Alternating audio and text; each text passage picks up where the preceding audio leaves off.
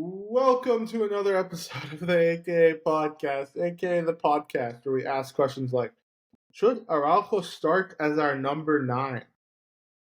And is my fantasy team going to make an all-time comeback? 1-6, baby, let's go. And how many times will Karam glaze Cade Cunningham this pod? Amr, over under 3 times. I'm taking the over. Easy. Yeah, It's easy money. It's easy money. It's easy money. So. What are you saying, fam? What are you talking about, bro? It's funny that you have the Circuit of Americas thing on the F1 race was this weekend. I had friends visiting from out of town. They actually went to it, but I completely refused to go. I raced. Adam, do you think Verstappen is going to make this comeback? I'm making dua he doesn't, but it's looking like it, bro. I don't understand. I thought he had to win like every race, but somehow he's like in a really good position right now. So he had potential, I think, 5 races ago. If he won every race, but Lando and Piastri got second and third in every race, he would still win.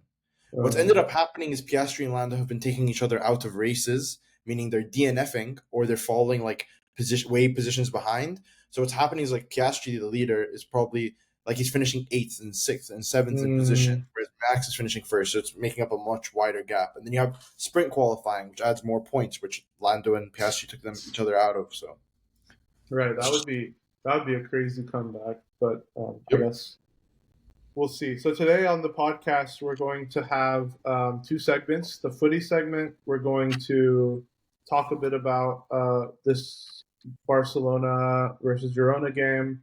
And we're going to spend the majority of it previewing El Classico, which is coming up. Is it this? It's Sunday. Sunday. It's Sunday, and but we also have a Champions League game after tomorrow. Yes, Olympiacos, correct? Yes. Yeah. So yeah, it'll be a fun week. It's also my birthday weekend. Everyone say happy birthday, Ahmed. And pushing 30, yeah. You're talking about happy birthday. 30, bro. What are you talking about? I'm what's 27. going on? 27 is still mid-20s. 28 is when you're in your late 20s. So I'm good. Mad cope. And then we're going to have a basketball segment that Amr is not going to be able to be here for, but Adam and I. Just go quick. It's fine. We can try doing it quick. I don't want to do it quick. I need to argue. I asked ChatGPT. So I don't. If we'll just replace you with ChatGPT, then easy. I pay $20 a month. No, it's called prompt engineering, man. Okay. You see my expert playoff predictor. You'll see. You are Zach Lowe on steroids. Okay. Ready to give some power. No, I don't want to speed through that because I have some pretty interesting takes that I want to rage bait cut them with. So okay, but then before we go, I can just drop. I can drop mine real quick. Sure. Oh, God help us all. Go for it. No, right now? Oh, not right now. Okay. Yeah, I didn't know if you. Okay, that's fine.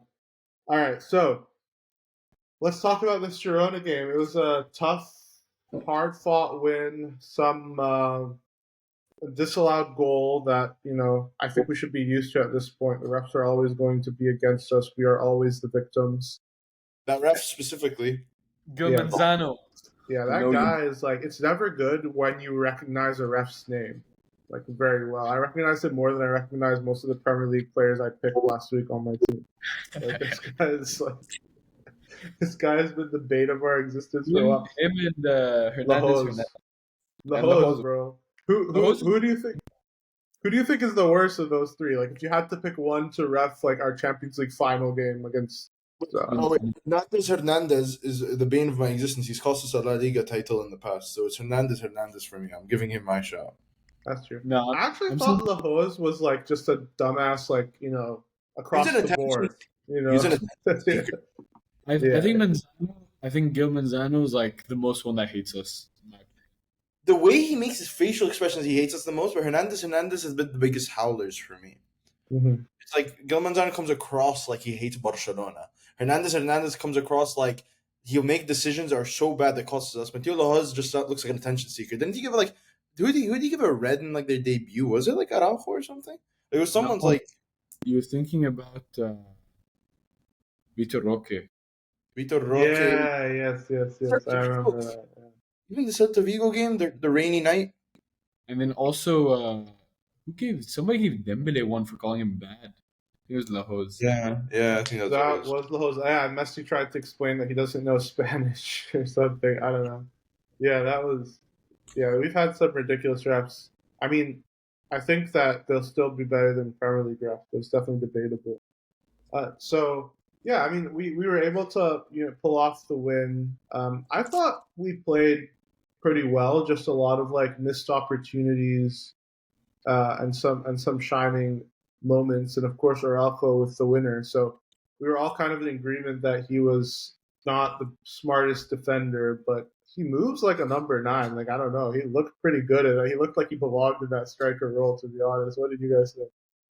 I mean, dude, for me, it wasn't just number 9. He was like a right winger. He was a left winger. At times, he was tracking back into DM. He was everywhere. Yeah. Yeah. But But like you know overall, who deserves the credit for that though? Coleman. That's Coleman ball 101, bro. Araujo up top is Coleman ball 101. Pique up top. The story repeats itself, Dude, But Pique Araujo's like 10 times the striker Pique was. yeah, I mean, I think Yeah. Pique was put up top in the same way a Harry Maguire's put up top, where Yeah, it's like we just want to win some headers.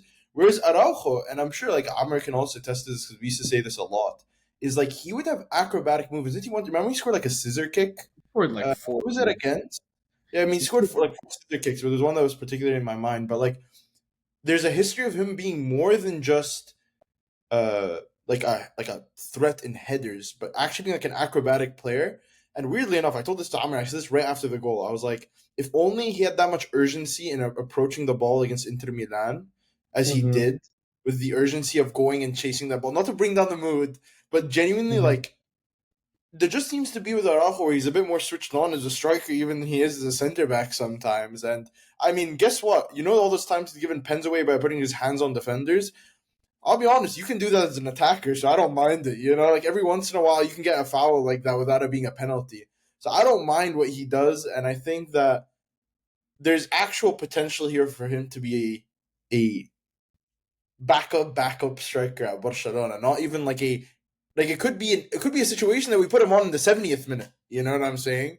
Where it's not the 85th. I'm just putting it out there. I see a world where it works. But Yeah, I mean, it's not the first time he's scored a clutch goal. There was that Real Sociedad game, right, like 2 seasons ago, where he yeah, scored I the mean, game winner. he scored a lot of goals, lots of clutch ones. The one Karam's talking about. I remember it was Aubameyang had missed a chance, and then he finished it acrobatically. He scored obviously against Madrid, the header from the corner when we won 4-0.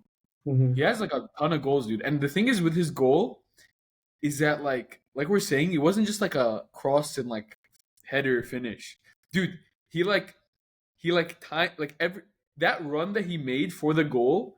Not a single player had made a run like that for us all game because we didn't have a striker. It's a mention of striker's instinct, which is why it's weird. Where it's Right, like he approaches it. He can tell De Jong. He can tell De Jong's not gonna get enough power on it, so he runs towards De Jong, right, and then he puts it in bottom corner. Like he it gets doesn't that. like example. Lots of time you'll see defenders, and I mean I've seen like even Jordi Alba and his weird opportunities where he's gotten to finish. And don't get me wrong, he's had his like volleys in his time, but it's always just like a whack. Whereas like Araujo clearly meant to put it across the goal. Do you know what Yeah, I'm saying? Like it's a very much striker's finish, and I'm not saying that he looked polished by any means. He was just running around like a maniac. But you know what? If we don't have a striker like Liwa and we don't have a striker like Ferran Torres there, I don't know if I would rather have anyone else there but Araujo in terms of like towards the end of the game. yeah. Towards So the end of the game, I think it makes sense. Like in terms yeah. of like obviously not 90 minutes. Like that would be insanity. Like man clearly just kind of kicks the ball forward and like runs after it, right? Like even when he tried to pass one into the box on the right hand side, like he was just brute forcing it. He was just strong and fast. Crazy. And then, Yeah. but I think what's important as well for this game is that we do acknowledge the fact that Girona still got in like a ton of chances on the counter, like a ton, especially in the first half. Obviously, their goal came from like absolute insanity. Witzel at like 36 years old scores a bicycle kick. Like it's mental. But Let me other before we move yeah, on to other topics about the game, because I do want to talk about the offside trap and how it's been looking lately. Araujo's Wikipedia page says primarily a center back, he's also capable of playing as a right back and a striker on occasion. So this is mainstream now, guys. We're late to the party. So yeah, Amr, I wanted to ask you. So there have been multiple games now, including the PSG game and now the Girona game, where the offside trap that worked so well last year with obviously very fine margins has put us on the back foot in a lot of games. Do you want to continue to commit to this approach, especially against teams like Real Madrid who are playing on Sunday, who like last year was not capable of taking advantage of this, but maybe we've been found out a little, and with their names up top, like Vinicius and Mbappe, like that is a much better front line than what we faced against Girona yesterday. okay. So should we? I know we will. I know that for a fact. So there's no point in like debating if that's gonna happen or not. Flick is gonna stick by his guns, and he's done that ever since he came in. But should we? On like, you're insane to say that what we've seen against Girona and PSG that we should continue with that, like outright. Like obviously, in an ideal world, we go back to what we were doing last season, which is what is that we maintain this high line, which is what we've been doing this season. But then we actually do the offside trap. I feel like especially both center backs, they're maintaining this high line without actually trying to run forward before the pass happens. You know what I mean? And that's what I feel like is causing most of the runs in behind. Against Sevilla, for example, I actually saw it more at the fullbacks. I saw it when they were running down the wings at Kunde and Balde. But against Girona, it was like straight down the middle, like across the center backs. And Karam and I have had this debate before. I mean, not really a debate. We practically agree on it. We think that Eric and Kubarsi have to be the pairing, pretty much, just based off build up and like lack of crucial mistakes, like Araujo, for example. But still, both of them, the reality is that it's super hard to recover off like a striker running in behind if they don't do the offside trap. So should we implement a slightly deeper line? Of course, I think yes, but I don't think we will ultimately. And it's gonna hurt us. It's gonna hurt us a lot against Madrid. I'm scared, to be honest. I'll say I don't think we outright get rid of it. And Amr might have said like someone insane would say that we should not change. I really do think that it's really coming down to the quality that we have at the back and the experience we have. I don't particularly. This is how I view it. All the things that we're mentioning about where we're getting exposed, I don't know if it would be any different in the same team that I saw Bayern Munich thrash us 8-2 with. They looked as exposed as a high line in that game. I know it might sound crazy to some people. When I remember watching Bayern Munich in Yeah, that we were set up very bad that game. I mean, when you're playing with the lineup we're playing and you have all these players are all occupying the same positions, occupying the same spaces, it sounds crazy to say that in the game we lost 8-2, that Bayern Munich looked bad defensively, but I would stand on it. Their line was incredibly high. They were standing at the halfway line, and anytime at will, we were actually getting into their half. It's just we couldn't defend. And Karam's talking about 8-2, by the way. Yes. Not like bro. Yeah, I know. But The thing is, we were like sitting ducks, I would say, like essentially. yes. We couldn't break it. We couldn't build up from the back. That was our problem. We were getting pressed too high. If you remember that, right? if you remember that game, our specific problem was our inability to build from the back. It was not that once we got into their half, dude, Alaba and these people were standing at the halfway line in this game. They looked bad defensively. Yeah, I agree completely. And you could tell by the basically two chances we scored twice, right? Yeah. And it doesn't help the fact that we didn't have a single in behind threat. We had Suarez and Messi up top. Yeah, they were not. Now, I want to go back to emphasize one thing. All I'm saying is you're talking about the trade-off of a system, and I agree, and I'm going to go back to Kobachi's comment from the previous game. One of the biggest things that make it so that they don't get to have the ability to give a through ball is stopping the passer from making the ball. And I think our team, in terms of pressing, has been lackluster in many times, and that's because of the lack of players that we have sometimes. And I agree on one thing: we should drop the line by a bit.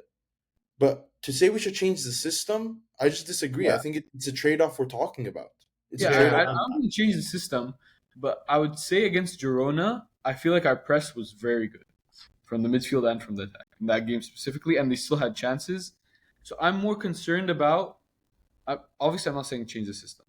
I'm more concerned about this system with these players. I know for a fact, with the way that they've tried to implement the offside trap this season, is that Madrid are going to get hella chances, which is yeah. concerning. I can't even honestly. I can't even remember what that 8-2 game was like. For context, this is actually such a traumatic experience. Like, honestly, Amr and I. This was during COVID, right? So Amr and I finally got permission to go back to Qatar, but we had to quarantine for a week, and we were like at which end, bro? We were stuck in this hotel room together, and then we're like just looking forward to this Bayern Munich game, and like this shining light that we could look forward to, and it was just a disaster, dude. It was a disaster. I understand. I'll just say one thing. I have like a living memory because of Barca FTV at the time. So I used to have a channel where I'd react to games, and I have a video of me reacting after the game. Like Yeah, that was every the single OG player. podcast. Yeah, just But kind of ranting down the middle of the camera lens. I said every single player did not deserve higher than like a 5, I think, or something like that, which was valid at the time for sure. Um, I guess the one thing that I'm just asking us to remember is that we are going to suffer chances, but by having our line that high up, we should be creating more chances also. Like, Yes, but there's like last season. I completely agree. This season, because of how much chances we let in, the trade off is not nearly as clear. Like last season was very clear. Like the trade off was worth it. Dude, Mhm. Mbappe with the form of his life right now is like Yeah. terrifying. Like Yeah, So, I'm not. Listen, I will never disagree that. By the way, I think when you come up against a team like Real Madrid with Mbappe, I think you can adjust the system for that certain game. I don't have a problem with that at all. I'm just more speaking to the average small game where we're playing against a team like Girona, and it's like I feel like we can suffer chances because we should be creating more, but due to the players that we currently have on the pitch, you saw like it felt like we had our main players all just sitting in the stands or sitting on the bench, and it's just one of those situations where I don't know. I'm okay to live with the trade off. I'm willing to live or die by it. So mhm. that's really all it So is. before we get to the Madrid game, like Amr mentioned, we have a midweek Champions League game. Uh, Currently, it's like still the beginning of our Champions League campaign, but we are coming off a loss to PSG. And with this new format, you kind of just want to guarantee getting through without having to play in the playoff. So, Karam, what level of rotation would you like to see midweek prior to El Clasico? we don't have a choice. Yeah, I really don't think we have a choice. I mean, the strategy I think I like to prefer in these situations is not to play the risky game. Is really just hope to go all out and play well enough so that you're up by a lead enough to sub people out in the 60th minute, and then I can live by it. If you're up 2-0 or 3-0 in the 60th or minute, or in Flick's context, you could be tying 1-1 and do that. you can be Just like tying 1-1 and rest it. No, okay, I agree, but I'm just saying from my perspective of what I would like to do as in like in-game management against a team like Olympiacos, who I believe I don't know, I don't I hope not to They're not. suffer. They're not a very strong team. I mean, they played 2 games in Champions League. They lost to Arsenal 2-0, and they tied to Paros or something. They're towards the bottom with Mhm. -2 goal difference, just 1 point. So it should not be a difficult game. We are going to be without Rafinha and Varane for that game. So I don't know. It is one of those situations where I've seen so many times where teams kind of over over focus on the following game, especially when it's a game as big as El Clasico, and then ends up biting you, and again, like that could not getting a win in this game could be the difference between getting through to the round of 16 or having to play in a playoff where anything could happen. So Yeah. it is a difficult situation. But yeah, I agree with Karam that the ending the game early is the best case scenario. I mean, you Yeah. get like what 5 subs, so I So guess name me you your can win. lineups. Name me your lineups. I'm just sorry. I just want to say one more thing right before I name the lineup, which was in a world, and this would be very unpopular opinion, just due to the hatred that like people have for Real Madrid. There's almost like a world where it's more dangerous to lose to Olympiacos and beat Real Mm-hmm. Madrid than beat Olympiacos and lose to Real Madrid. Like I Sure. see that Real Madrid can lose points in the La Liga anytime, and maybe it's just as a Barca fan who's been spoiled by La Liga titles and not been spoiled by Champions League titles. My mentality is that I really like to prioritize Champions League at this point. In terms of our lineups, I think keeper. I don't think I have much of a choice. How about you guys? Yeah. Yeah. I don't Chesney. know. I mean, I don't know what else we're going to do. Yeah. Let me just say to your whole like I was thinking as well that maybe like a Champions League game there are less of them and the points matter more, like 3 points in the Champions League versus 3 points in the league just over the course of a season. But at the end of the day, man, it's El Clasico. Like those are the kind of games that make or break your season, regardless of like Yeah, I mean other it's a outcomes. six-pointer in the league, whereas Champions League format is meant to be yes, like you might have to play the playoff game, but realistically, like you're meant to get out of this group stage, this league stage. That's why they made it. Is for the big teams get out of the league stage, Yeah. and obviously Madrid's a six-pointer. But yeah, Chesney and Okay, goal. Chesney and goal. Yes, I agree. I Right mean, back. I think I'm not going that much different. Let me just make it easy. I'm not going that much different than the Girona game. Girona. Yeah, same. Yeah. Maybe Yeah. same. So, what would you change from a back line of Kunde, Araujo, Kubarsi, and Balde? If any?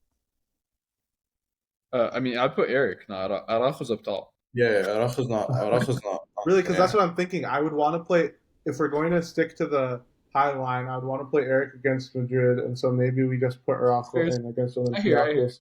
I Where hear. it's Like like just a there's rotation. not going to be a ton to mess up. Yeah. Yeah, I hear. I hear. I would actually go with Christensen before I'd go with Araujo. But I guess Araujo's coming off that high of scoring, so maybe we can play him. We might Yeah, not see but him in the back line though, like playing three at the back. But so I'm not really up to date with the one thing, which was, if I'm not wrong, Ferran Torres, would he not be back for Olympiacos game or not yet? It's that man. It's like Tony Fernandez. Is that like do we really want Tony Fernandez starting? I mean, there's nothing wrong with it, but you don't want him starting. Like Come on, there's nothing wrong with. I mean, like given the context, it's an Olympiacos game. You could argue you could rotate in that way, but I mean, dude, like maybe I'd rather have Rooney Barkley even playing over that. Yeah, Tony did why not have a not good both? Okay, what are we doing then? Are we trying to suicide? I do actually wait. We do also need to acknowledge how beautiful that like cross from Rooney Barkley was to Rashford, who ended up, which was Yeah, nice. he was much better. He was much better this game compared to Sevilla, right? Yeah, He like yeah. I thought he was actually playing much more of like He's a better that passer than he is finisher, apparently. for sure, absolutely. Um, look, I think Ahmed's right. Actually, I think I probably would rotate in the defense. I'd probably put Araujo or Christensen in there. To be honest, the midfield. Oh, actually, I'll probably give more minutes to Fermin. He came on as a sub against Girona, and I want him I think starting so too. Yeah. against Madrid. What So I'll about probably start Fermin. Fermin, Casado, Frankie? Yeah, just to make sure Pedri's rested. I hear it. I hear it. And then Lamine, I think you can still play him because he's just getting minutes. Like he's trying to almost play into form. So I'd play Lamine. And Marcus on the left. Yeah. And I with the Ferran thing, I had heard that Flick said he wants to check Ferran and Rafinha by Thursday. So my understanding was that he wasn't going to be available. Right. Ferran Torres still not back in Barcelona training ahead of Olympiacos clash. So no. So then They're up not top, Araujo. training today. Up top, Araujo. Araujo up top. Of course. Araujo up top, obviously. Play for mean. I don't know. I mean, you could put Rooney, Rashford, and the Maybe Rashford. Rashford up top and Rooney. Yeah. I don't know.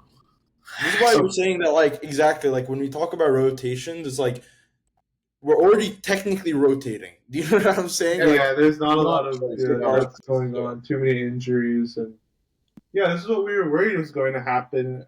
I mean, in fact, we're seeing a lot more injuries in the front, which is like we were expecting that our lack of depth in the back would hurt us. But yeah, I mean, when you get injuries to Lewandowski and Rafinha, who were like staples of the starting lineup, two of the three last year, you're already pretty much rotated. yeah, makes I could sense. also see him playing Jared Martin. To be honest. Yeah. Yeah, I mean, I could see him playing Gerard Martin in any game, bro. Could be on It's true. Classico. I could see him playing Gerard Martin. Dude's like, I want to see Gerard Martin on the pitch in a Champions League game, bro. It's actually giving me trauma at this point. It's actually bad. Versus against Inter. dude, I love the Gerard Martin compilations I see all that's terrific, dude. They're like hyping him up. He kind of like, bro, try him in that Busquets role, man. Where are you getting these compilations? Where are you getting these compilations? Do you hear what he said? I don't know, like the rare time I open up like TikTok or something, I sent one to Aber actually. I think. You need Both to of them. bleach. You need to bleach your TikTok account. Throw away that phone. Burn it. Take it into a dumpster. Yeah. Make sure you watch it get crushed, and make sure nothing is left of that. Okay, because that's a disgrace. That's a disgrace. You know what? I'll actually be ashamed to tell people, like my kids in the future. Yeah. There's a guy named Jordan Martin playing for this club, and I thought it was the darkest time of my life. The guy's horrible at football. I agree. Okay, so that is the Champions League game, and then obviously Sunday, the first El Clasico of the season. I don't know how La Liga scheduling works, but I'm like every year on my birthday week, there's no Clasico. A couple times it's been on my birthday. It's Yeah. weird. I don't know how that works exactly.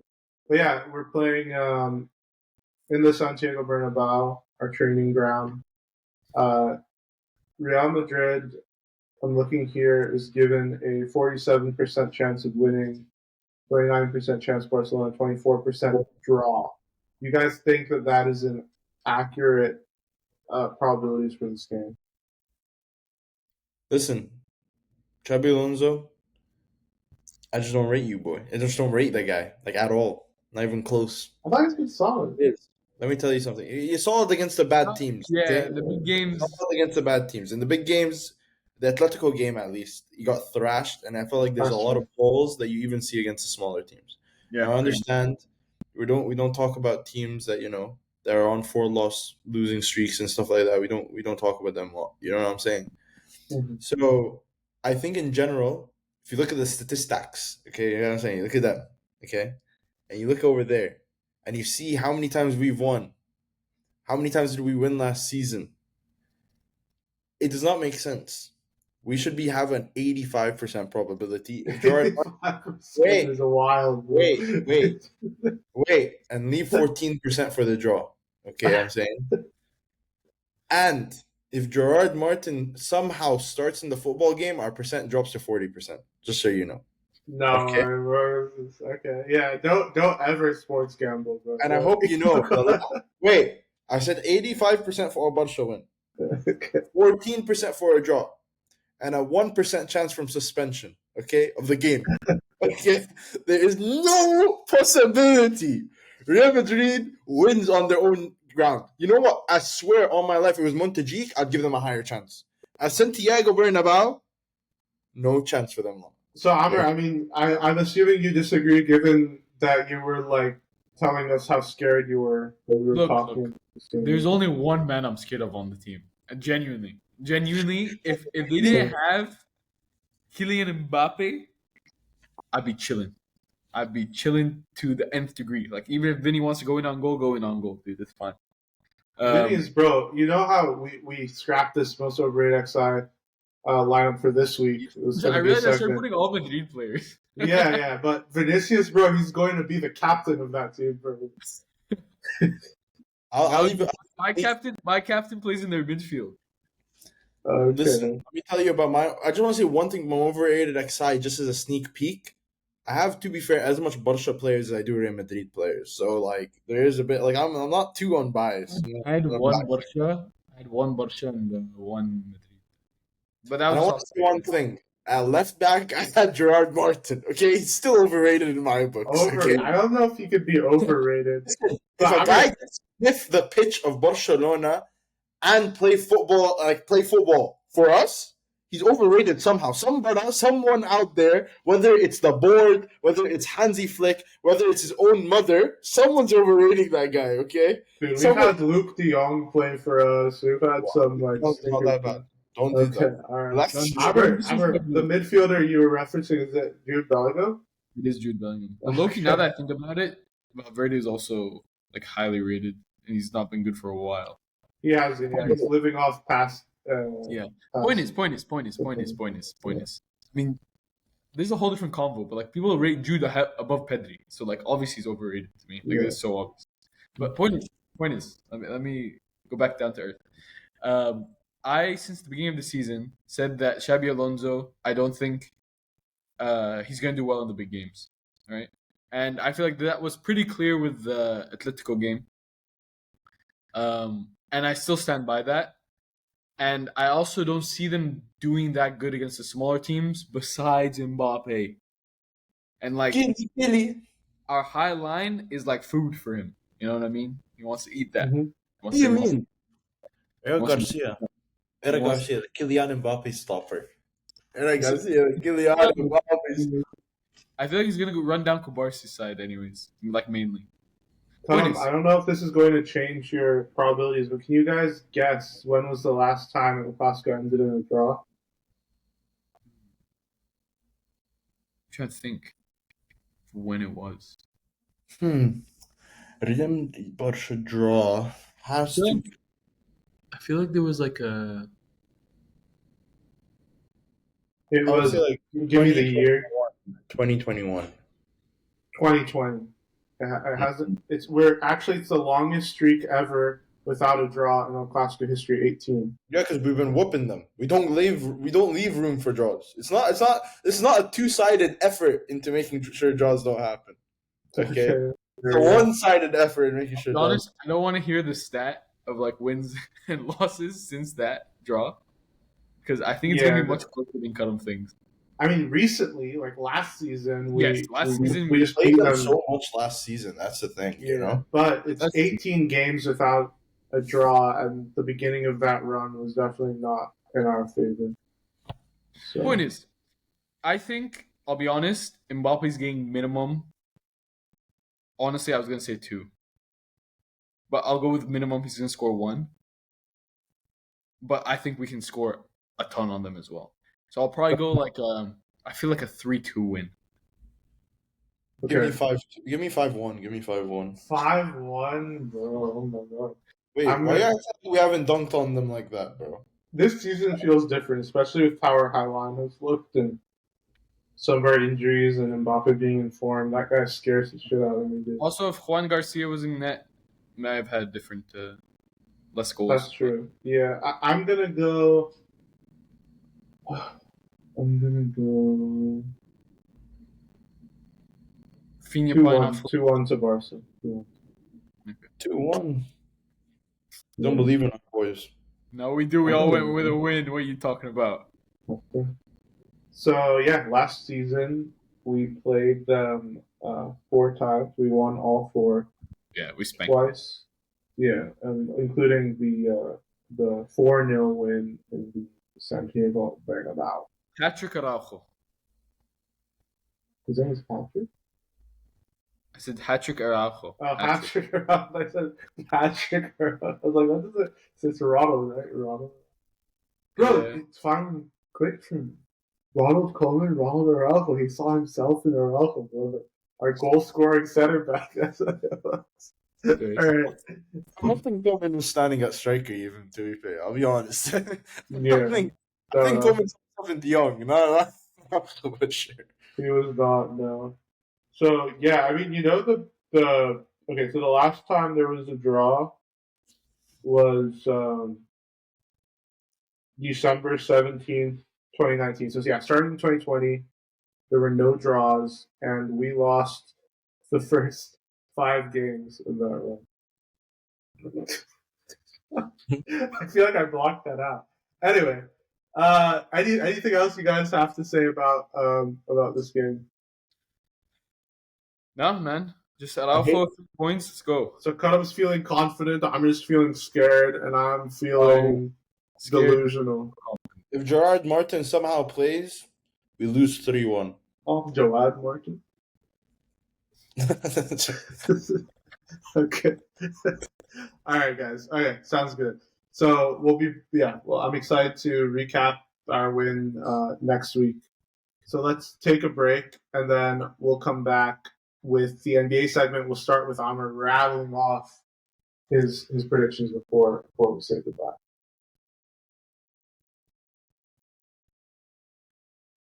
All right, welcome back, everyone. So Amr, tell us your ChatGPT ranking. All right, here we go. Real quick. Eastern Conference, 8th seed, Orlando Magic.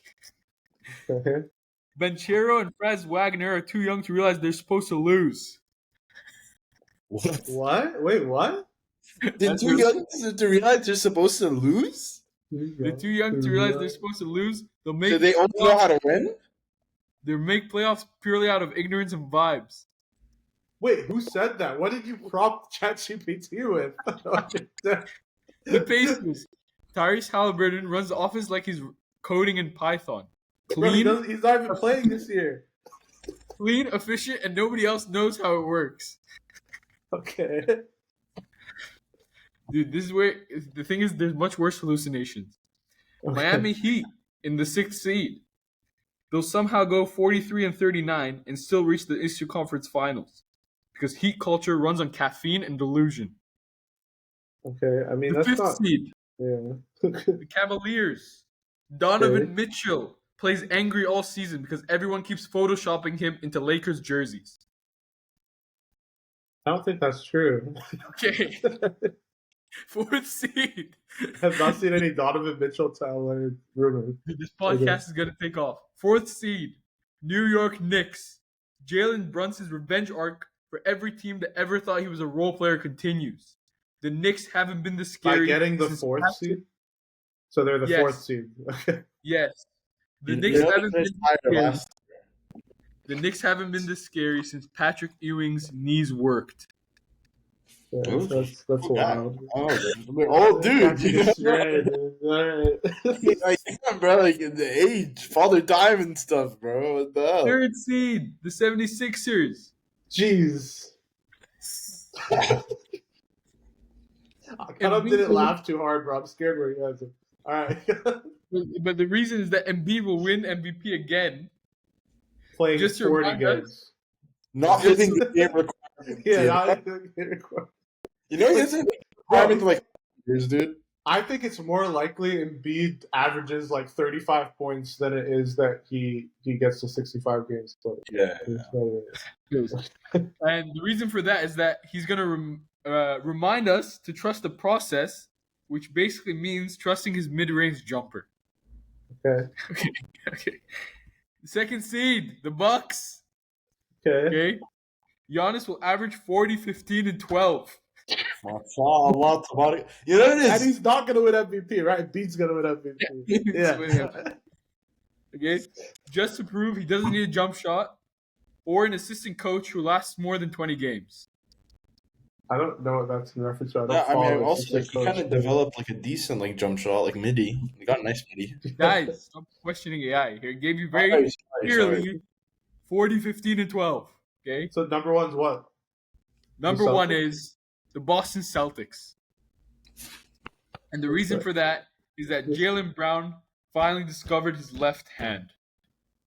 Right, and Tatum's gone, Horford's gone, Porzingis gone, Drew Holiday gone. If you think about it logically, if Jaylen Brown figures out his left hand, his points average a game doubles.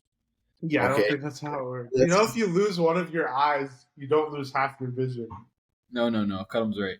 ChatGPT agrees. What is he trying to act? I mean, it's true, actually. If you lose one of your eyes, you only lose like a third of your vision. Because there's an overlap. You only lost a third of vision the way that we only perceive Jaylen Brown's potential. The Dexter's left up. All right, let's Facts. get through the West so we can get to the actual good takes. Come on. Okay. These are good takes. Okay. I want to hear good takes, actually. Right now we're close. Please tell me that's not true. Okay, I'm gonna go. Close. All right. The Western Conference in the 8th seed, the Sacramento Kings. Beautiful.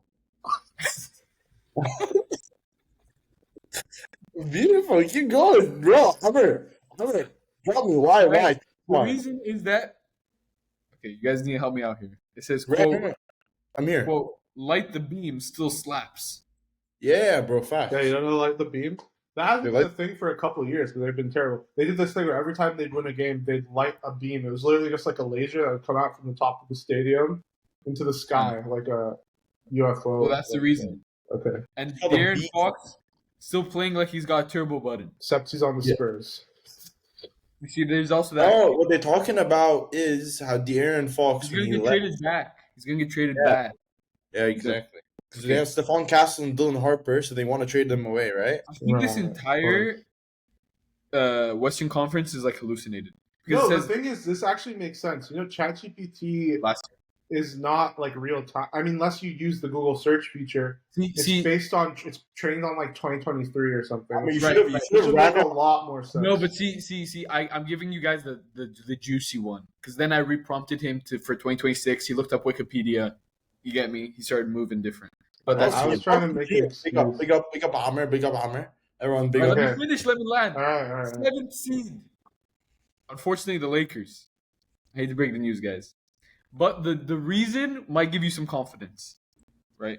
Because his LeBron's still playing like it's in year 3, not year 21, and Anthony Davis. This is 15. We're getting him back. Right. We're getting him back. Hang on, bro. What are we doing, bro? Chill. This is 15 All games. right, I've lost interest. Come Tight. on. Tight shoelaces. Okay. Right, real quick. Golden State Warriors because Steph Curry hits a buzzer beater in every game. Hold. Not good. Phoenix Suns. Their new strategy is to outscore everyone 160 damn. to 158. Yeah. Fact. Devin Booker scoring under 60 points. All And right, they're gonna outscore people as 116 against 158. So they're gonna 160. 160. Okay, I got you. Get right. The Thunder in the 4th seed. Right. Right. Chet Great. Holmgren. Chet Holmgren still looks like a stick figure, but he plays like a cheat code. ChatGPT and we're together. And Shy wears shades to plug out the haters. Shame. Yeah. Okay? Kevin. And the 3rd seed, and this is where, if you do the math, the Lakers makes actually end up higher, right? Because it says Luka will average 45, 12, and 11. For the Mavs. Okay, and number 2? Just to prove that he can, that defense is optional, right? Good. Number 2, the GOAT, Anthony Edwards, and the Timberwolves. Yeah. Back. Okay? Because he's going to dunk so hard, it's going to cause a blackout. Number one, the Nuggets.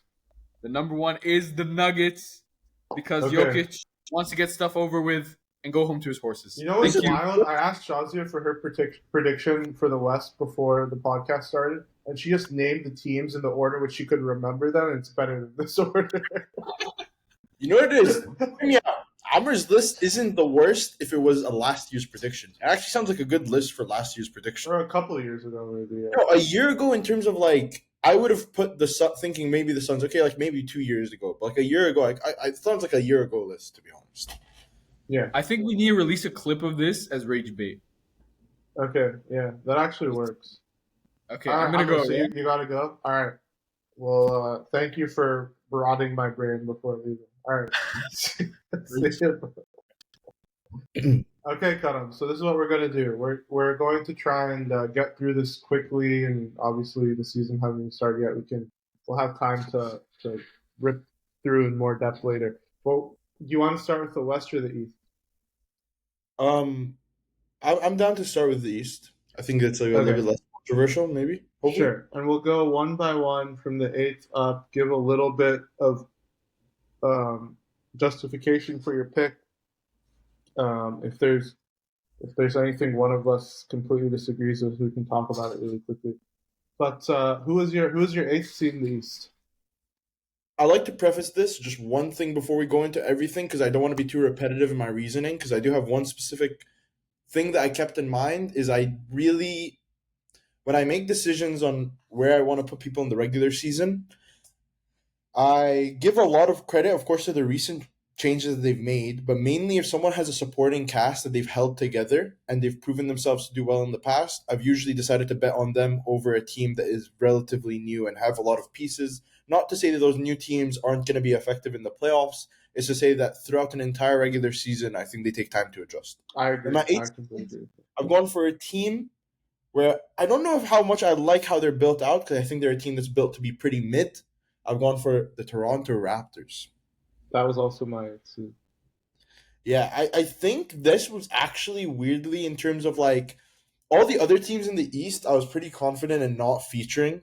Um, but yeah, I think Toronto Raptors, you're looking at Brandon Ingram, who they've integrated, who only played like 18 games last season for context, but that's also looking if he's healthy. They're a team that's really bent on how healthy can they be. Emmanuel quickly, injury problems. Ingram, injury problems. Scotty Barnes last season, injury problems. But then they have Yeah. other nice pieces in the forms of Pirtle. They have RJ Barrett, who's a great player. But yeah, I think for me, they make it into eighth seed, but they have an easy potential to fall out of it due to injuries. Yeah, I also had the Raptors. They were the 11th seed last year, but they really, stopped trying towards the end.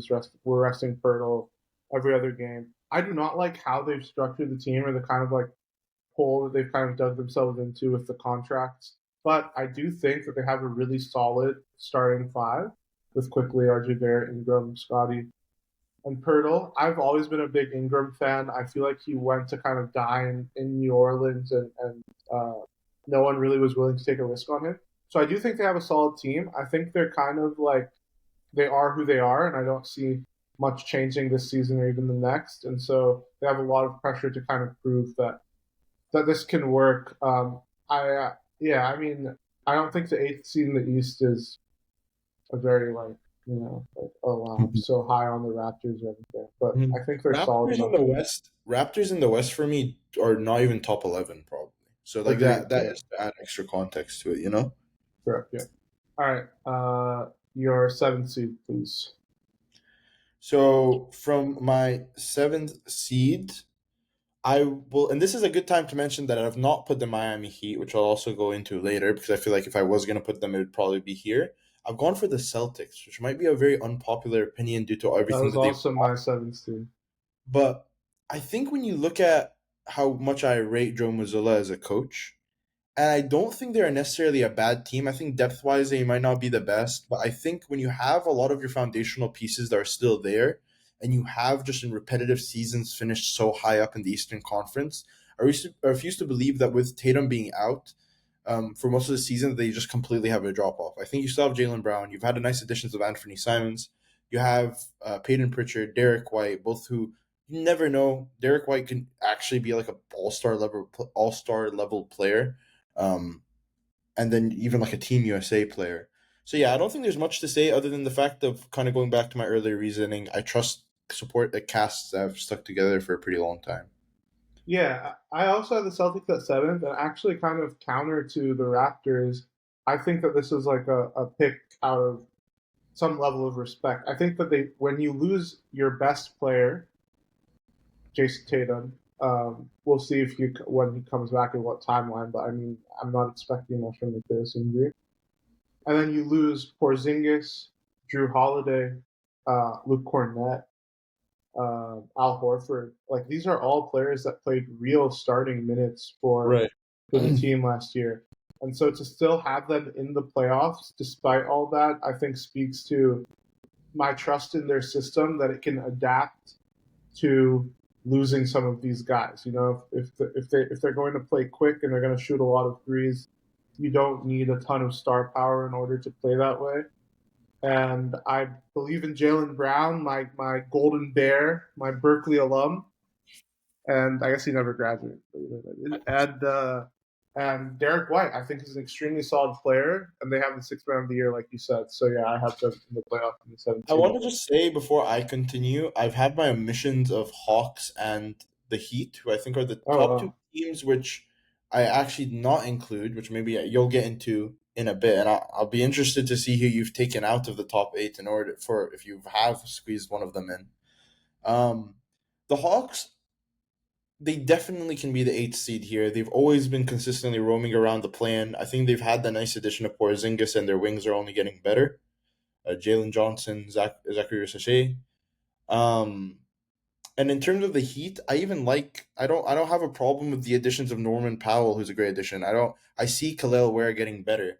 It was just more for me about like Tyler Harrow missing the early part of the season, and I just don't think that they've made enough for me to put them over the Raptors, and I think I respect the Celtics too much, as we said, which is that's why I omitted them too. But we can keep going. But if if you have included one of those two teams, I'm Mhm. very interested who you've kicked out. Mhm. Who's your 6th seed? My 6th seed is the Milwaukee Bucks. Um, Mhm. so for me, when it comes to the Bucks, I don't actually like them that much coaching wise, and I think that losing Damian Lillard was hard, but they did play without Damian Lillard for an extended part of last season. They did finish 5th last season, and so some people might argue that me putting him 6th is actually too generous of like too little of a drop off at times. But for me, you have Giannis, who's a top 3 player in the league. He will yourself when you're in the Eastern Conference to a top 8 seed. In the Western Conference, by the way, again, I could easily argue the Bucks don't deserve to be there. Mhm. Deserve to be in the top 8. I think Kevin Porter Jr. will surprise us. I think you have I think Kuzma's still a decent piece regardless of what he has done in the playoffs. And I don't know. They added Miles Turner, who's a great player as well, to this team. So I Mhm. felt like I respect Miles Turner enough to include the Bucks as my 6th seed. So that's actually really good timing because that's the team I left out. And I know you're gonna say, how can you leave out a team that has Giannis Antetokounmpo, like a top 3 player in the league? In my opinion, I think most people would agree with that.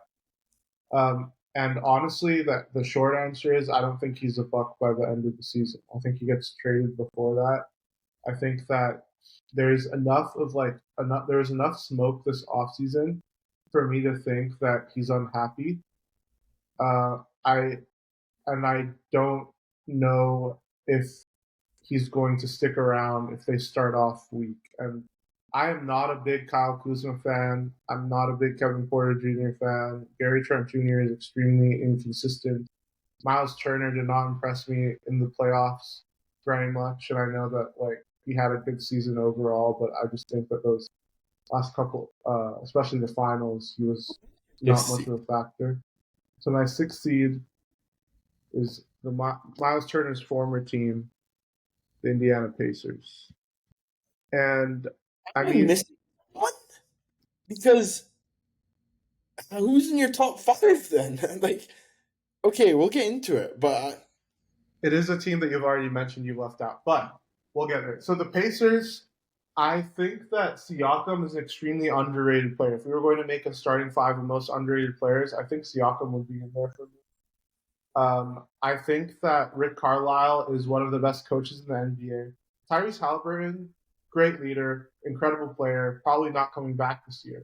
But I think that they're a team that has an identity and knows who they are, and I don't think that that identity is just going to go away without Tyrese. I also just cannot, in good conscience, have a team that made the finals last year and surprised everyone drop out of the top 8 completely.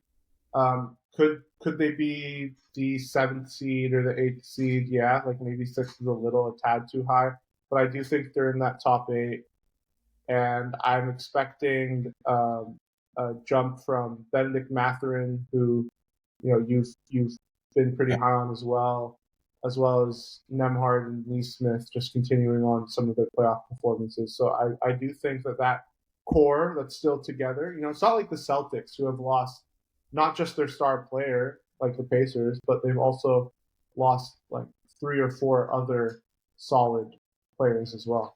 So I think that they're still going to, you know, be comfortable playing together and racking up wins. for me at 5th, I have Pacers, and I don't want to repeat much because I think lots of the exact same reasoning holds that you said. Mm-hmm. So yeah, I just think that the Pacers are still a solid team regardless. Okay. Um, I think they work really well together, and I don't I think one of my biggest things is when you lose a person like Halliburton, do you have someone that can at least like weather the storm in terms of holding the ball and carrying the ball? And I think they have that Nemhard, they have that TJ McConnell. So yeah. Yeah. Okay. So this is probably where we diverged a little bit. I mean, so I have the Atlanta Hawks in the fifth seed. I am really high on the Hawks. I think that before Jalen Johnson got hurt last year, they were a super solid team with a lot of potential. Definitely would have seen them as like a concrete playoff team if he had stayed healthy. Dyson Daniels was the most improved player. He's an incredible defensive player. They've added Nikhil Alexander Walker, who I think was incredible for the Timberwolves last year. I was really impressed by him, and so he was a great pickup. They picked up Kristaps Porzingis, who I think, if healthy, can be an anchor on a strong playoff team. Obviously, last year with the Celtics, he was having some health issues that were undisclosed and just made it such that it seemed like it was impossible for him to ever catch his breath, and he became a non-factor. They have Luke Kennard, who's a great three-point shooter. I think it all kind of boils down to two things. Can Trae Young play winning, efficient basketball on a team that has the potential to win? Like, has he been playing the way he plays because he's been on a team that does not have much going on, especially when Jalen Johnson got out? And what are we going to get from Musashi this year? I'm not expecting much from him. I don't think they need him to do much in order to be a solid team in the East, but that could really cause a big jump for them as well. So just looking at their lineup, I really like the names that I see, and I really like the level of depth that they have. I think they had some of the best pickups this offseason. For me, I think it comes down to things why I think that is like a bit outrageous from my perspective is just because no matter what I think about the jumps that some of those players can have, to put them at fifth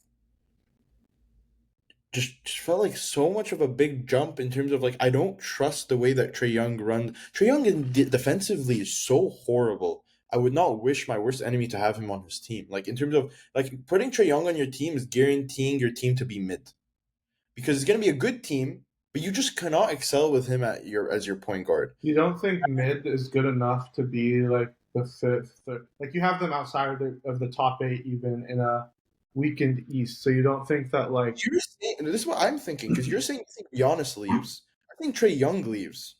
I think he's already been made it very clear he's sick of the do Hawks. they become better if they trade him for some good pieces? I don't think they can get that much for him. Youth wise, maybe in the long term they look better. Maybe people more fitting with the Jalen Johnson timeline, Dyson Daniels timeline, people that are more like I said, like lined up in terms of age with those players and not at Trae Young's age. And the thing is with me as well is Jalen Johnson has a history of bad injuries as well, which is like you're saying like he has a reoccurring back injury. So I think if we're gonna run with the assumption that Giannis might leave, that same has to handle with Trae. And no matter what they trade for, I still think it will be a young core that is fighting maybe for the eighth spot. They're not fighting for the fifth spot, but it's not to say genuinely that I think that the Hawks are not going to be like. I think the Hawks will still be a play-in team. That's why I mentioned them. You know, Yeah. it's not. Yeah. It's not. Yeah, that's fair. I also did not mention that they picked up Lukongo, who's like obviously not going to make the difference in like this argument, but What do you mean? just they have Lukongo on their team. Oh, I thought you said picked up. I was like, oh no. Like he's been a player for them for like multiple years now. Yeah. Oh yeah. Sorry. I didn't. Yeah, they have Lukongo on their team. They picked him back up. So Resigned. he so they were the ninth seed last year. I just look at the teams above them. You know, the Celtics, I think, are going to have a big drop just based on the names that they've lost. The Pacers as well, who are the fourth seed, they weren't like an incredible regular season team to begin with. And then I think the Heat were above them. I'm not a big believer in the Heat. You know, so I just like looking at the East, I just don't think it's unreasonable for any one of these teams that I've just mentioned to be fifth or sixth. Like for me, these next four teams, which it sounds like we have the exact same four teams, maybe in a slightly different order, are cut above the rest, and then anything else is fair game. Mm-hmm. So let's talk about it. So who do you have in the 4th seed? In the 4th seed, I have uh, the Orlando Magic. Okay. So the reason for that is I do like lots of the pickups they made. I think they've added a really much needed third scorer to this team to help accompany Franz Wagner and Paolo Banchero. Um, I think I really do rate Desmond Bain and his ability to adjust roles and be a very helpful like I don't think Desmond Bain's that player where you put him onto your team and then you start worrying, is he gonna start causing problems with sharing the ball? Is he gonna cause problems with you defensively? I think he's just one of those easy players you can just integrate within your team and just make it fit. And then I'm so high on Paulo Banquero. I know I've talked to you so much about him, and like the numbers he averaged last season, especially pre-injury, was just like up there with the best in the league. And he's just what, like he's 23 now. Like he's still young, extremely young. I don't know exactly how old he is. He might even not even be 23 yet. Um, Yeah, he is 22. Yes. 22. So Yeah. yeah, I like the Magic a lot too. I have them in my top 4. I have them actually a tad bit higher. I have them as my 3rd seed. I'm Mhm. assuming we have our 3rd and our 4th seed switched, but I don't. Given how high you were on Cade Cunningham, I'm not sure. But I like them a lot. I was super happy with the Desmond Bain pickup. I think that he is going to plug a lot of their problems. They were the worst 3-point shooting team in the NBA last year, and so getting one good 3-point shooter is not going to change. You're not going to come up with the best 3-point shooting Yeah. team, but it is a need that they've addressed. They also have Tyus Jones, who can be the backup point guard to Jalen Suggs. Jalen Suggs, who's another injury-prone player, so I thought that was a good pickup too. I think that they were a solid team last year that plugged a couple of holes, and so I expect them to be a little bit better this year. And so I think third or 4th seed is realistic. I just have them in my 3rd seed. In my 4th seed, I have the Detroit Pistons.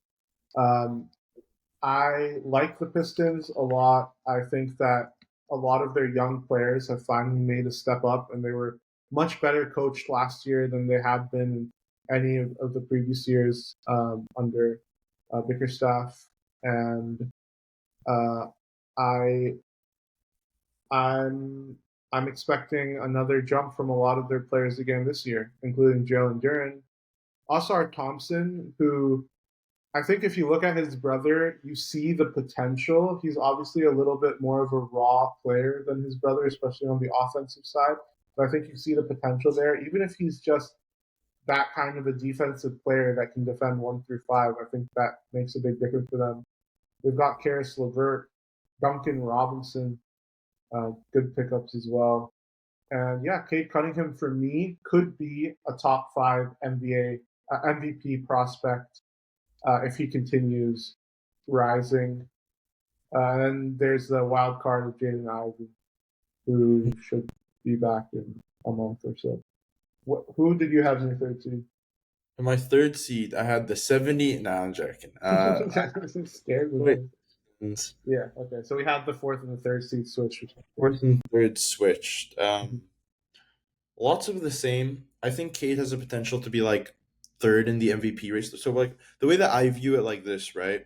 Take last year, who got 4th in the MVP? Let's say it's Jason Tatum, Yeah. right?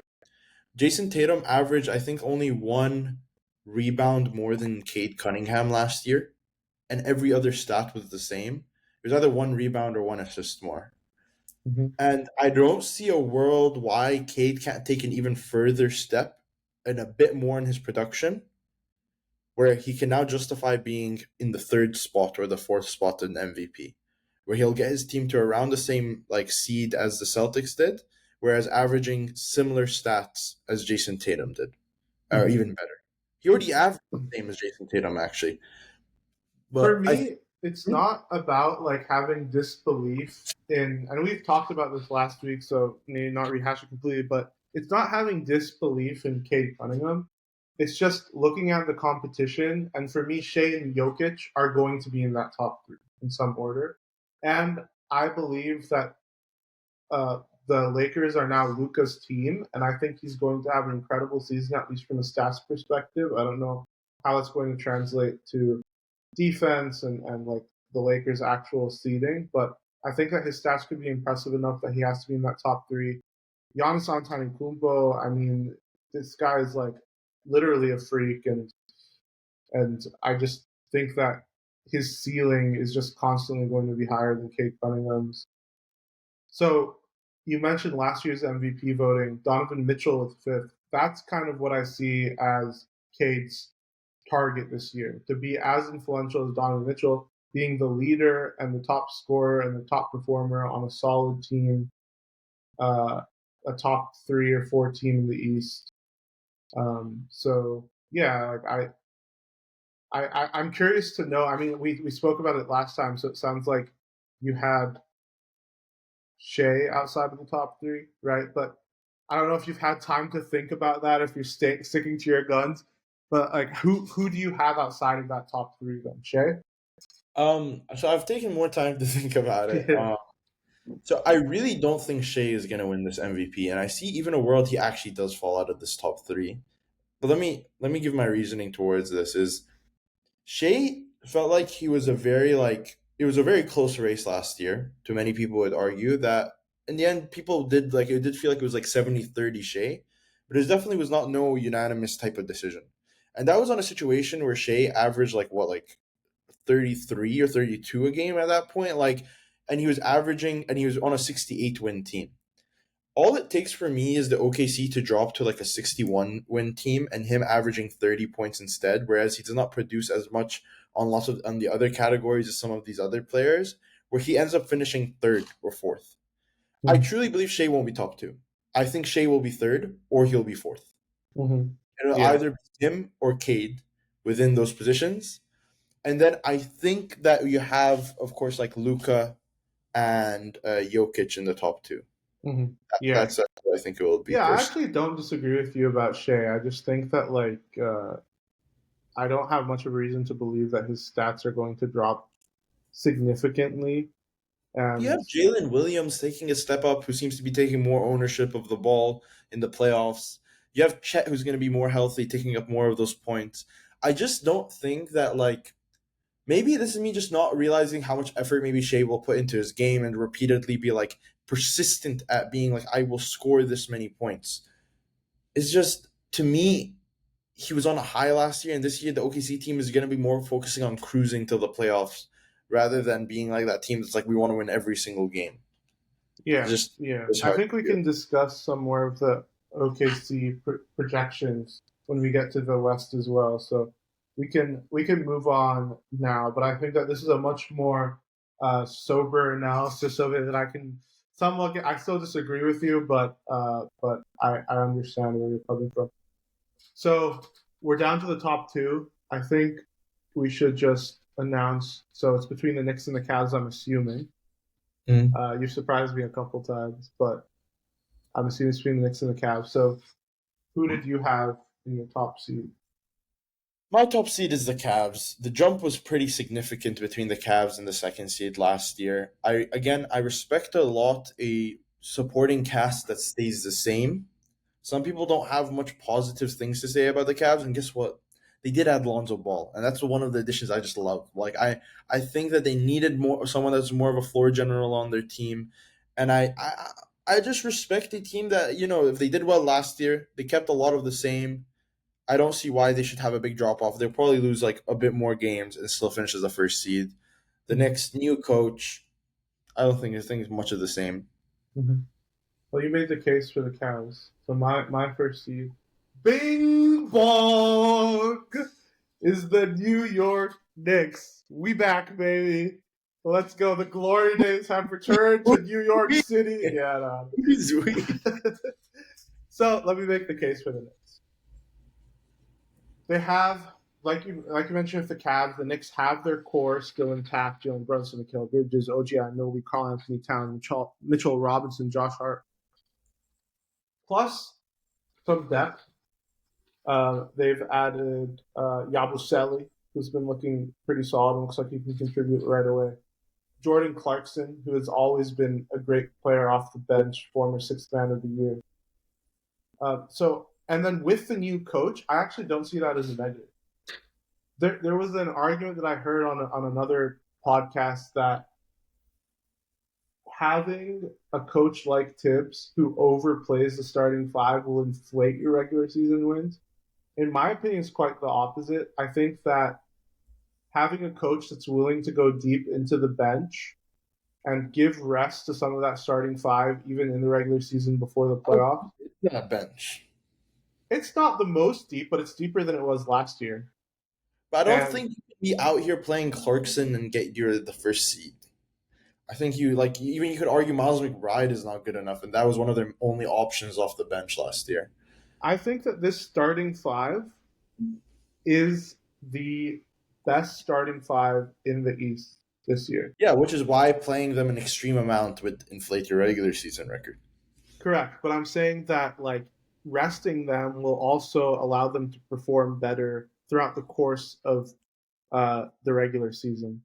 Mm-hmm. So to end the regular season last year, they were 6-4, and I think that was a result of a lot of difficult games down the stretch, trying to fight for, they were still between the third, fourth, and fifth seed, and I think that in crunch time, the relying more heavily on the bench will help their regular season win total. I also think that in general, they're going to take a step up from last year. If you remember, the Knicks started off pretty slow last year, and that was because they had taken a team that was pretty solid the year before and messed with the harmony and the chemistry a bit, trading DiVincenzo, trading Julius Randle, bringing in Karl-Anthony Towns. It took them a while for them to mesh, and when they did, they looked really, really good. And so I believe in the New York Knicks this year. I believe that they are going to be the top seed in the East. I agree that I like the Cavs, and I like that they didn't blow everything up just because of a disappointing loss in the playoffs. But I do think that losses like that do take a toll. I think that it, at the very least, puts you in the mindset of looking forward towards the playoffs, and maybe you take your gas off the pedal a bit when it comes to the regular season. You're like, we were the 1 seed last year. We've been there. We've done that. And it didn't get us anywhere in the playoffs. And so, I think the focus is just going to be a little bit more shifted for the Cavs. But also, I like to see some change. So, spoiler alert, not much changes at the top of the Western Conference for me this year. And so I decided to predict some change in the East. So that is our predictions. Let me read them out really quickly before we wrap up the East. So in the 8th seed, you had the Toronto Raptors. 7th seed, Boston Celtics. 6th seed, Milwaukee Bucks. 5th seed, Indiana Pacers. 4th seed, Orlando Magic. 3rd seed, Detroit Pistons. 2nd seed, New York Knicks. And 1st seed, Cleveland Cavaliers. We'll come back to this, man. At the end of the season. Yeah, for sure. Yeah, I have them written down right here. And my 8 picks were in the 8th seed, the Raptors as well, 7th seed, Celtics as well. 6th seed, I had the Pacers. Bucks fell out for me. 5th seed, the Hawks. 4th seed, Pistons. 3rd seed, Magic. 2nd seed, Cavs. 1st seed, Knicks. So our top 4 are the same, just in a different order.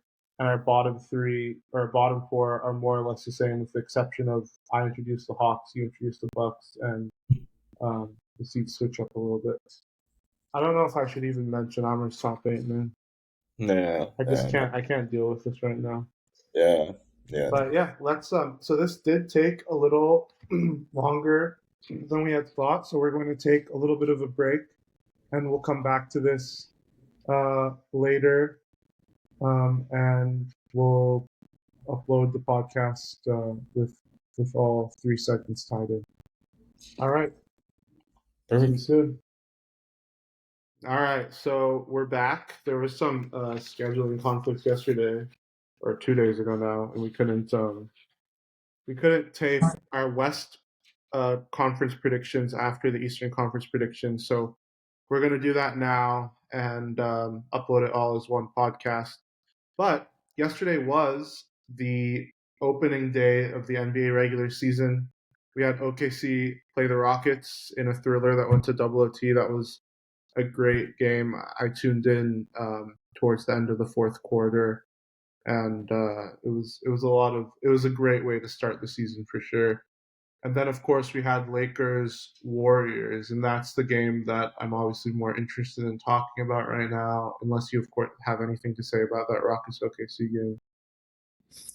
When it comes to the OKC Rockets game, I think it was a lot of what we expected from both teams.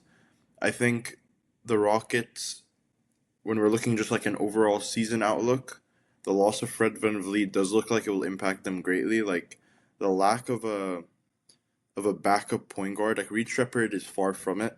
In terms of, there's two questions that I was asking myself is before this game was going to begin. Is like, do I think Reed Shepherd is good, and do I think Reed Shepherd, if he is good, is he also a point guard? And then it became very apparent straight away this guy's not a point guard, regardless of where he played in college.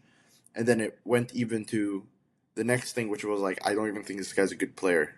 Sultan was talking to me about it, even said like maybe this guy is good in the summer league. You know, like he looks like the type of guy where it's you can't be. This is how Sultan and I defined it. You can't be below 6'8", white, and unathletic. It just doesn't work. You know Yeah, what I'm yeah, saying? And then wait, and then the only caveat to that three, and the only exception is that you're one of the best shooters in the league. You're like you're Duncan Robinson. of course, You're yeah. a like you know what I'm saying. So it's like if you're not hitting any of those requirements, then I think so. I think that's just all I was gonna say about this game is I think the Rockets long term their biggest problem is the lack of point guards because they have like 15 wings that they can play. They even took DFS from us. So Mhm. Yeah, I was watching the game and thinking, even like towards the end, that Karam's Shea Gilgeous Alexander hating takes might actually be backed up by this game. But he started off really slow and then picked it up as the game went to OT and double OT and ended with 35, 5-5. Chet had a great game as well. He started off hot and kept them in it while Shea was struggling. Şengün played like out of his mind. I think that part of it might have to do because I mean this is a 2 game sample size, but you look at Şengün and then you look at Luka, two players that played in Euro basketball over the summer. It might have something to do with just being more in game shape and more in rhythm. Um, and so yeah, it was a great way to start the season, and I really enjoyed that game.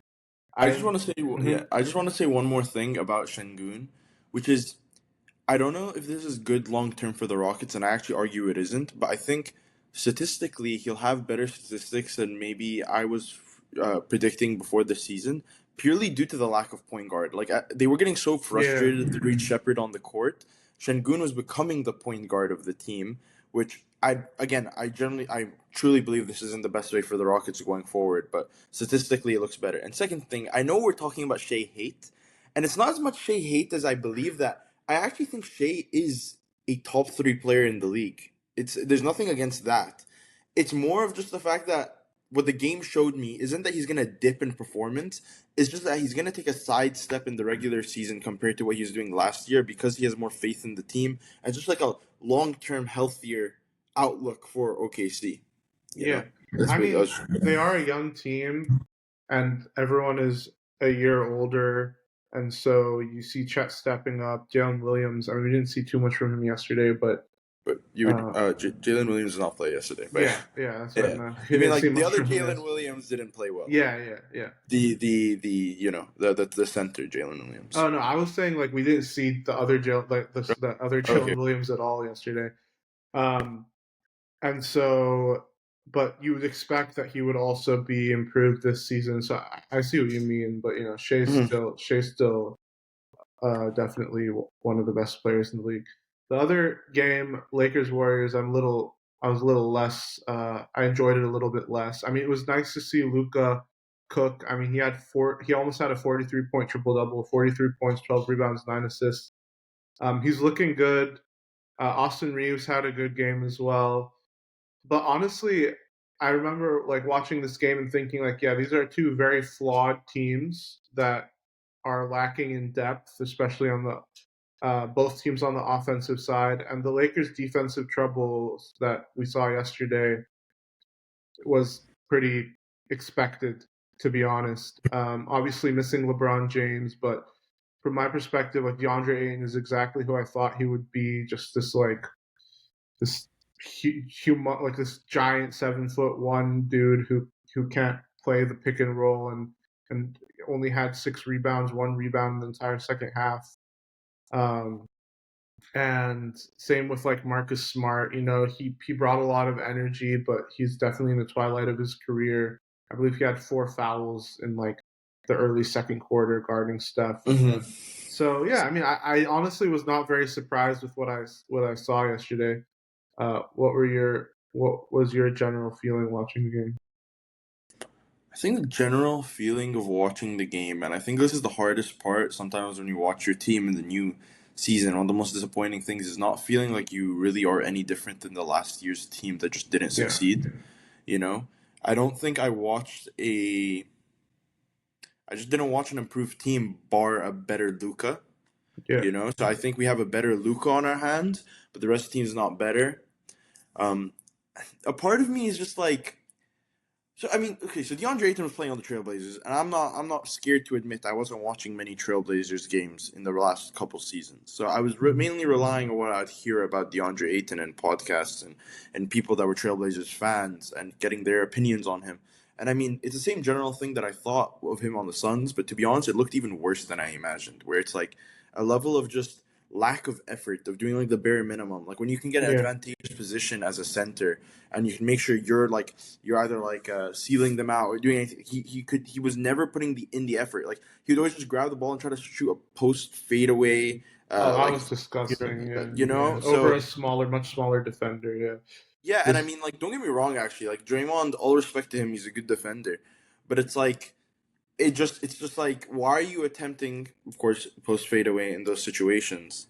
Um, yeah, I'll say that there are certain players I like, and I think there is improvements that we can have. Like Jake LaRavia, I like a he lot. was really good. Yeah, he Yeah, only played 16 minutes, but it felt like he had an impact on the game, and he looked like a player that like he looked like an NBA starter. To be honest, like with right. in the minutes that he had. Yeah, It's something about confidence. You know what I'm saying? Like when you watch a person on the court and they make their decisions, like they know the playbook and they are like I don't know. They're just running their plays effectively. Like Jake LaRavia could bring the ball up. He wasn't scared to do that.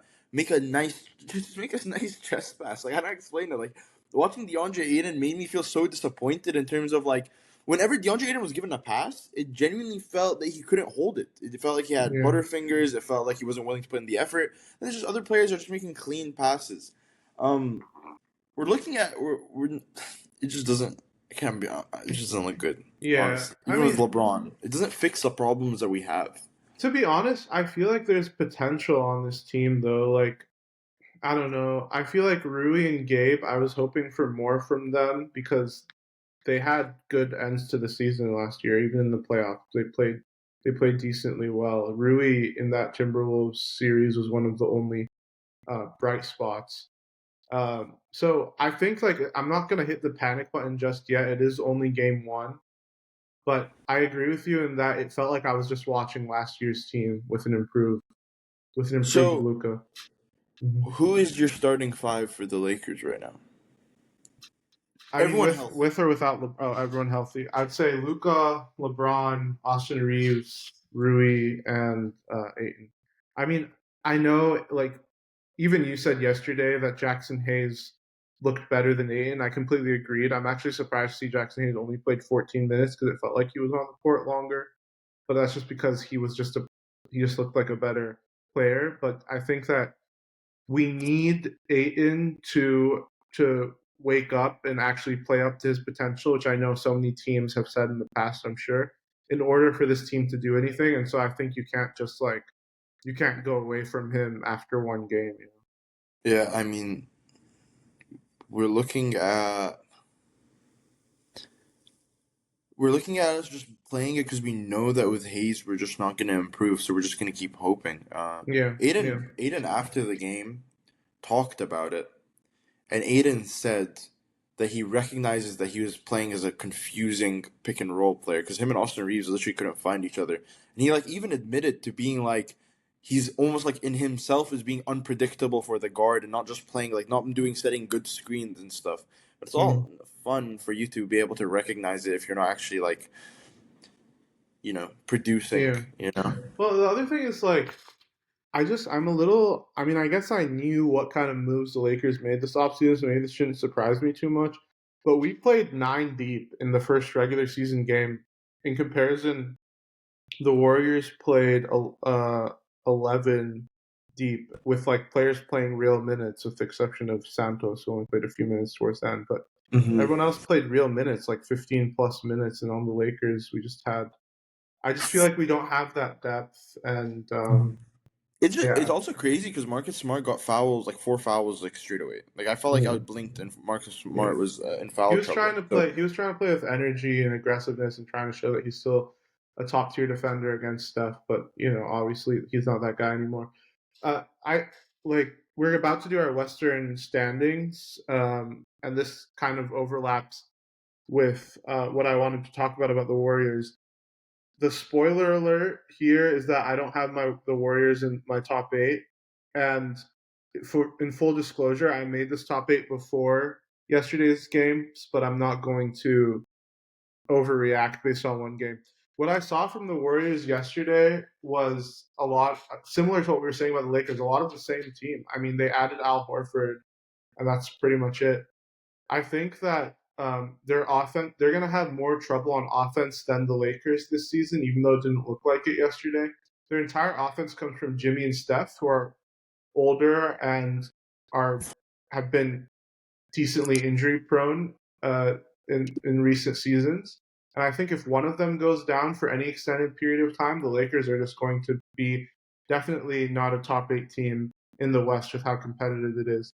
You saw, they got a lot of their offense and pulled away when Buddy Hield got hot. He had 17 points in 22 minutes. That's just not going to happen. We know who Buddy Hield is. We know that he's not the most consistent player. And Kuminga looked decent. 17.6 assists, 9 rebounds in 33 minutes. But I'm not going to say that he's significantly improved until we see more from him. So I'm not feeling too bad about that take, and I'm not going to change it right now.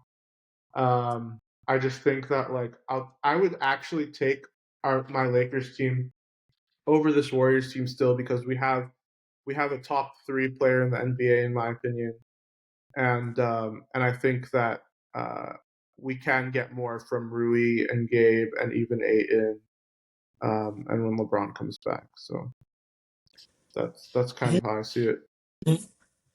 So let's do these Western Conference standings similar to how we did the East. All right, let me know, who do you have in your 8th seed? And my 8th seed is actually the team you just mentioned you omitted, which is the Golden State Warriors. Okay, I mean I don't mind. I think that they could. I'd put them in the play-in 9 or 10, but 8 is not it's in the same ballpark as what I was thinking. In a weird way, maybe we're thinking about this differently, but I almost thought about where they're gonna finish post play-in. So I more was thinking that regardless if they finish 9th or 10th, they finish as the 8th seed. Oh, I see what you're saying. You get what I'm getting at? Yeah. So maybe we're in we thought about it slightly differently, because I thought about it once the playoffs come around, who's gonna be my 1st to 8th seed? Oh, Whereas okay. maybe you're thinking pure record. So for me, Yeah. it was more just due to the fact that I was looking at the teams that could occupy the play-in as well, and there's teams like the Spurs, the Trailblazers, and those are 2 teams I think I'm high on to push for the play-in. And let's say one of them finishes 7th or 8th, well not 7th, finishes 8th or 9th. I find that the Warriors will be able to best the both of those teams. If they're healthy, yeah, I believe You so. know? When it comes to these winner go home games, experience matters a lot. The Warriors have a lot of play-in experience, and they've had some success in the play-in. So yeah, that makes sense to me. And for me, I will say, and yesterday kind of affirms it again. I agree with you that they're pretty stagnant on offense, but I really still have a lot of faith in Kuminga as a player. Yesterday he looked great to me. He looked unbelievable. He was making nice cuts. He was playing with a lot more IQ, and the trust Kerr gave him yesterday was significantly higher, which to me shows a lot of positive outlook. Because my biggest criticism of Golden State Warriors in the playoffs was a lack of playing Kuminga. So. Mm-hmm. Yeah, I agree. I remember being very surprised last postseason that Kuminga was not getting more minutes, especially when the Warriors were hurt and they needed a lot more offensive production. And I think that outside of Jimmy and Steph, he's the player with the most potential to provide consistent offensive production. Like they have Pods and Buddy Hield who can obviously get hot from three and score, but they've just not shown that they can be consistent.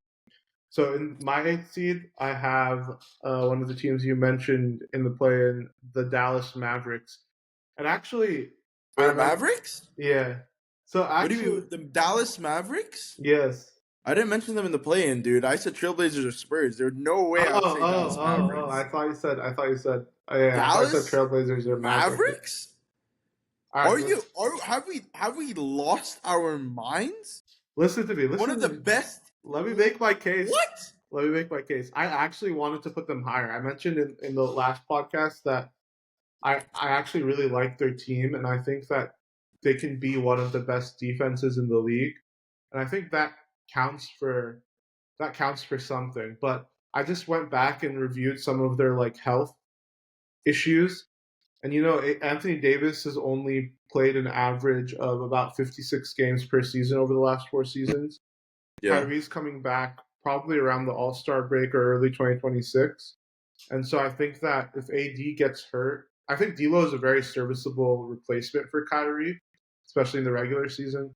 But I think that if AD gets hurt, they automatically drop to like a lottery team. And so his health factors in a lot. But AD's my guy. I like him a lot. I think that healthy, he can be one of the best players in the league. The defense has always been there. The offense potential has always been there as well. And so I think that they have the potential to be a eighth seed just based on defense alone, and also uh, Cooper Flag's readiness to play in the NBA.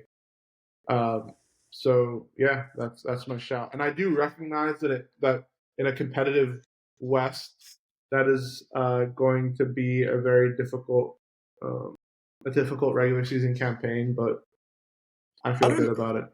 I think it's too harsh on Anthony Davis. Don't get me wrong. I think that he won't play the most of games, but I do think we'll be seeing a range of 60 to 65 games out of Anthony Davis this year. And it's just purely off the fact that I think he was shut down last season, and Yeah, that's why they didn't continue to play him. Like they protected him as much as they could, knowing that they didn't have the best of chances. And then secondly, I remember the year before he played like 70 plus games for the Lakers. yeah. So for me, fair enough. If AD does genuinely play in your predicted range of 45 to 50, I can see where you've come to that conclusion then. I get Yeah. that. I just don't think he plays in the 50 game range. I think he plays higher to the 60 65 game range, which gets them like another 7 or 8 wins.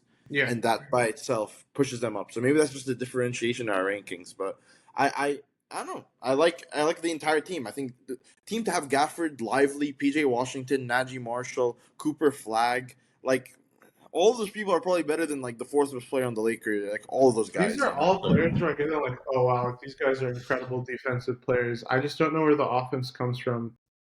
Uh, I think like defense alone can get you like a top like sixth, seventh, eighth seed in the West, but I think that as soon as AD goes down, it becomes a real issue.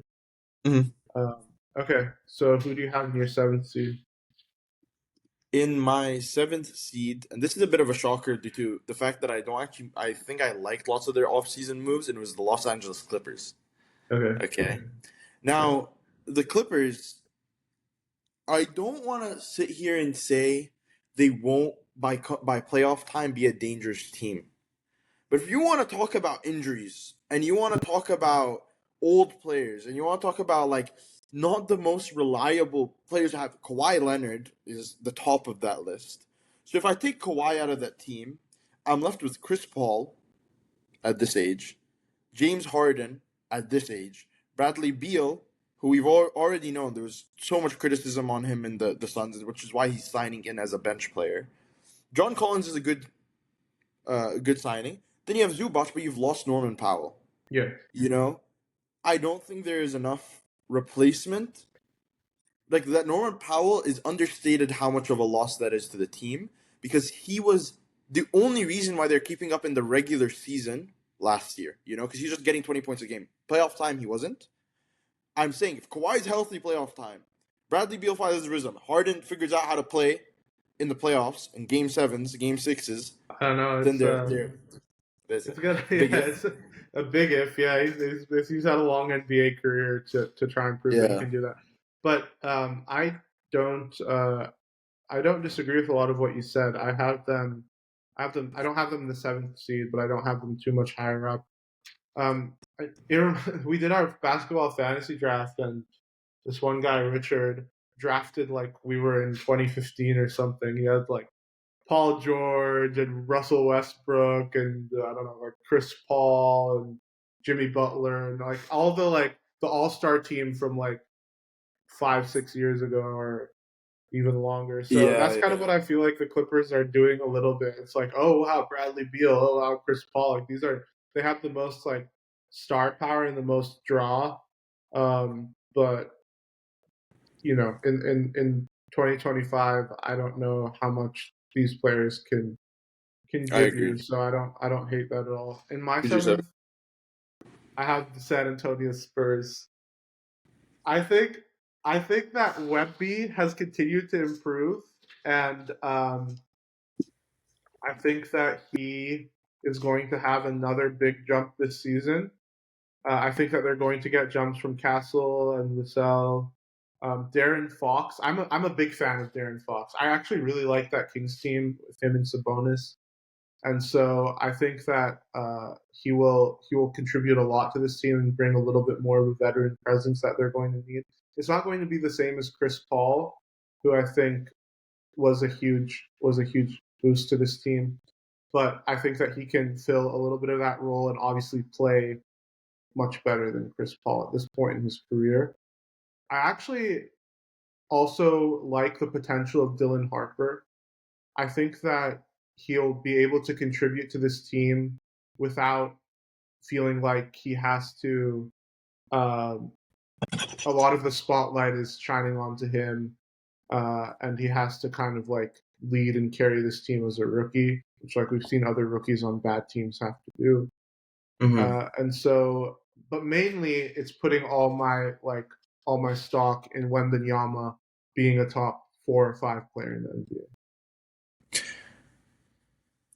Let me think about this, because I guess this is under the assumption, and surely it has to be, that the jump that even Castle makes has to be significant. It has to be significant. And don't get me wrong, I think he can. But my biggest problem is that we can talk about Fox, we can talk about Harper, and we can talk about Castle. But each of them, in their own way, get in the way of each other. That's true. That's There's fair. just a lot of a trade-off of just like, who do you play? In my opinion, if you're looking long-term, you're playing Stephon Castle. Dylan Harper, can play off the bench for his first season. Castle and like Fox can technically try to play next to each other. It isn't ideal. It just isn't. It's not what's playing to Stephon Castle's strengths for sure. That's assuming that Fox would be carrying the ball more. Mhm. I'm high on Wembanyama, I guess, but it's just a team that went 34-48. I see one more season in them before we see them in the playoffs. I think we Okay. see them in the Yeah. play-in. I think we see them in the play-in, which is, by the way, that's enough of a jump. By the way, I to put think in that is, perspective, more reasonable. I'm saying that they're getting like 6 or 7 more wins. Yeah, I think that's reasonable. I'm high on my Texas teams. I have at this point shouldn't be a surprise to have all 3 of them as playoff teams. But yeah, and I honestly just want to see Wembanyama have that big of a jump, and I want to see this team succeed. I'm also watching them play the Lakers in January, so it'll be fun if that's the case as well. Okay. Sounds good. So who do you have in your 60? Now, Don't say it. I hate to say it. Don't say it, dude, please. I hate to say it. I said one thing when I decided I was going to make this list that I made criteria on when I talked about the Eastern Conference, and it was, I have to respect teams that have been together for a long time and have shown like strength in both sides. And yesterday's game, I don't want to overreact, but it's the Los Angeles Lakers. God. Okay. Yo, And you have the I top really three player in the NBA. Luka Doncic looked like that MVP that we were saying he was in our previous pod. and let me tell you something, right? We lost to a Warriors team that did not look good. And again, we're not here to overreact. What I'm saying is, you can be a top three player in the league. That's just not how the NBA is now with how top heavy this Western Conference is. It requires a supporting cast that is able to like help that star player get through it. And the teams I have above, and there's the only team I could argue that they should be above is the fifth seed, to be honest. Where it's I, I don't like how JJ Redick has our team looking right now. I really don't. I think I've already expressed it in the first thing, but DeAndre Ayton has not helped us defensively. He does not. The guy is weak. Austin Reeves is a liability defensively, whether we like to admit it or not. And I'll put it out there, and this could, I don't know what the trade value is. You want a better chance for the Lakers? You trade Austin Reeves. I don't hate that actually.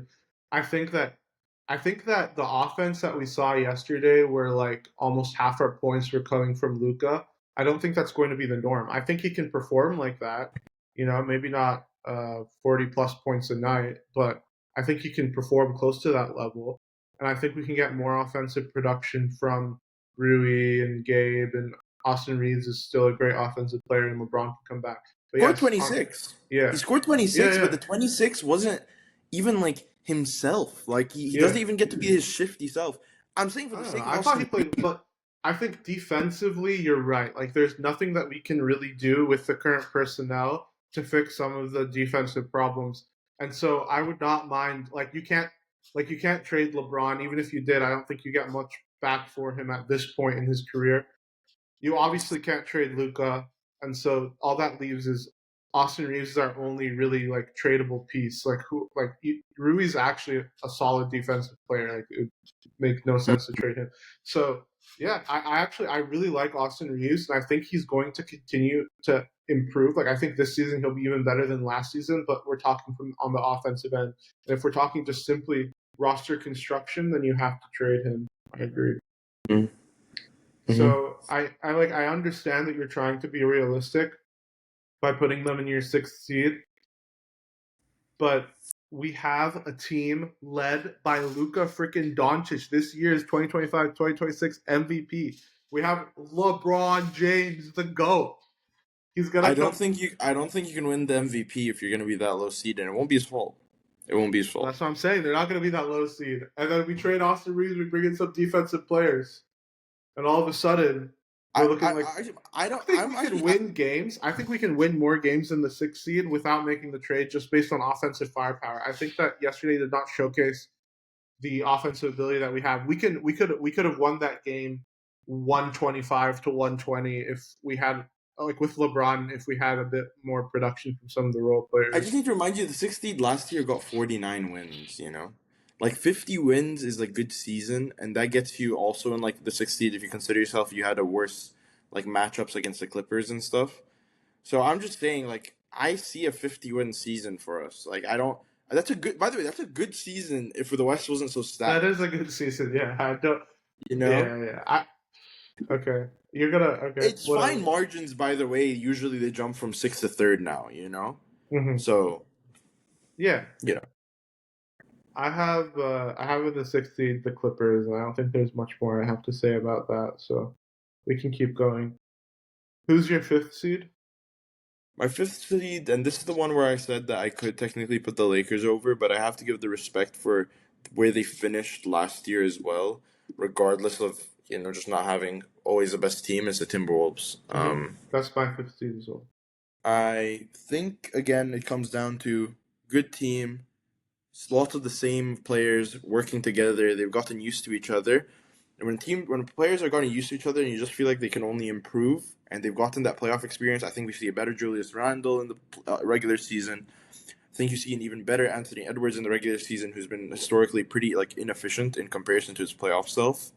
Yeah. And yeah, so I don't think there's much else to say other than like the same old Yeah, Timberwolves. they're the same team as last year, and that was a solid team. They were the last year's Western Conference was really, really tight towards the end. So Yeah, they were the 6th seed last year. they were So the 6th seed. Yeah, they won 49 games at 49-33, but they were obviously only a game behind the Lakers, the Nuggets, and the Clippers. So it was obviously very tight, and I think that they will have an advantage over the Clippers and just um, off those the first 10 to Rockets. 15 games of adjustment, Yeah, just based off that, like yeah, teams, we because of how close it is, you just can't start slow and find yourself in the best of positions. So that's just yeah. I is think fifth seed is. I actually think fifth seed is like their floor. Honestly, I'd be very surprised if they drop under it, but I do think they have the potential to be like a third seed. Mhm. I think they're really good, and yeah, like that consistency matters a lot. I think I need to see what they're going to be able to get from Julius Randle in the regular season because it's not like he had a good regular season last year or that he started. And part of that's chemistry and starting off slow, but he did turn it on in the playoffs for the most part. So yeah, that's my fifth seed as well. Okay, and your fourth seed? Fourth seed. It's a Dallas Mavericks, the team that you put in the 8th seed.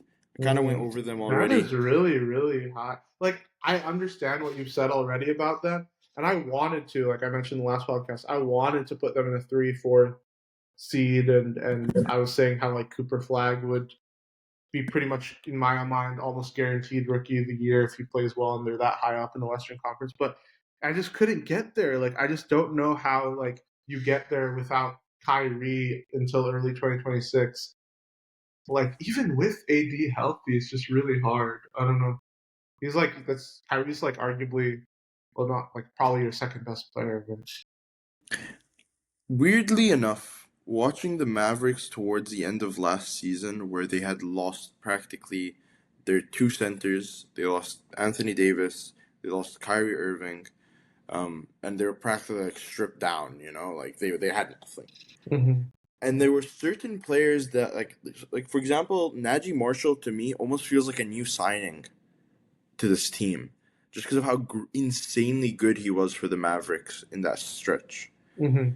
Um, dude, I even even Jaden Hardy, for example, in his shooting. Like, there's Max Christie, I like Max great Christie a piece. lot. Max Yeah, Christie is yeah. like he'll play his role and he'll do it to a T. And Mm-hmm. then you have Gafford, you have Lively, you have PJ Washington, you have Najee Marshall, you have Anthony Davis, and that's I'm talking about only one side of the court. And then you have Yeah. Cooper Flag as well, and Yeah, they're there's gonna players. be they're gonna be a pain to play against, like under Yeah, the basket or defensively. But yeah.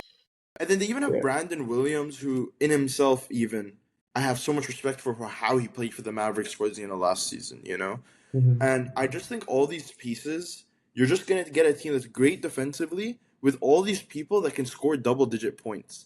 Mm-hmm. When you're playing against those teams and for some reason they've got a bunch of people really deep in the bench that are going to come in and also score 10 points against you, score 15 points against you. I think Najee Marshall, I think Brandon Williams can do that for you. Mm-hmm. And because of that, I think we are underestimating the offensive production that they could have. But again, honestly, if you are talking about a world where Anthony Davis does play 50 games, that dramatically does change. And I do want to mention, like last season, I believe the 4th to 7th seed, for example, will be a very close race. So there's Mm-hmm. no surprise to me if it's like those orders switch. I'm very confident in my top 8, actually. The teams I've said are going to make it into the playoffs, I'm very confident will make it into the playoffs. The Yeah. ordering of which, except for the top 3, is very variable to me. Well, it looks like we have the same top eight with the exception of you putting in the Warriors at the eighth seed, and I have the Spurs in the seventh seed. And then I Yeah. think the this difference between like Mavs fourth seed and Mavs eighth seed, and also where I have the Lakers probably are our biggest differences. And I can chalk up my Lakers optimism to just being very hopeful and optimistic.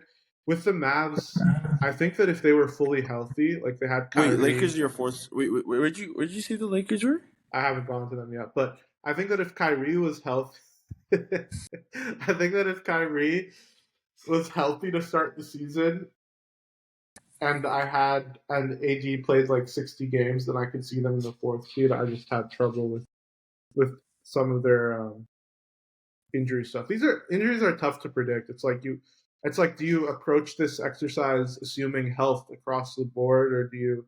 And then there's obviously players that you already know are going to be hurt, and And by so the way, I think Cooper Flag will get you like 18 points. Cooper Flag will get you 18 points a game. So it's like even you think within the he's going to win system. Rookie of the Year even with 18 points a game?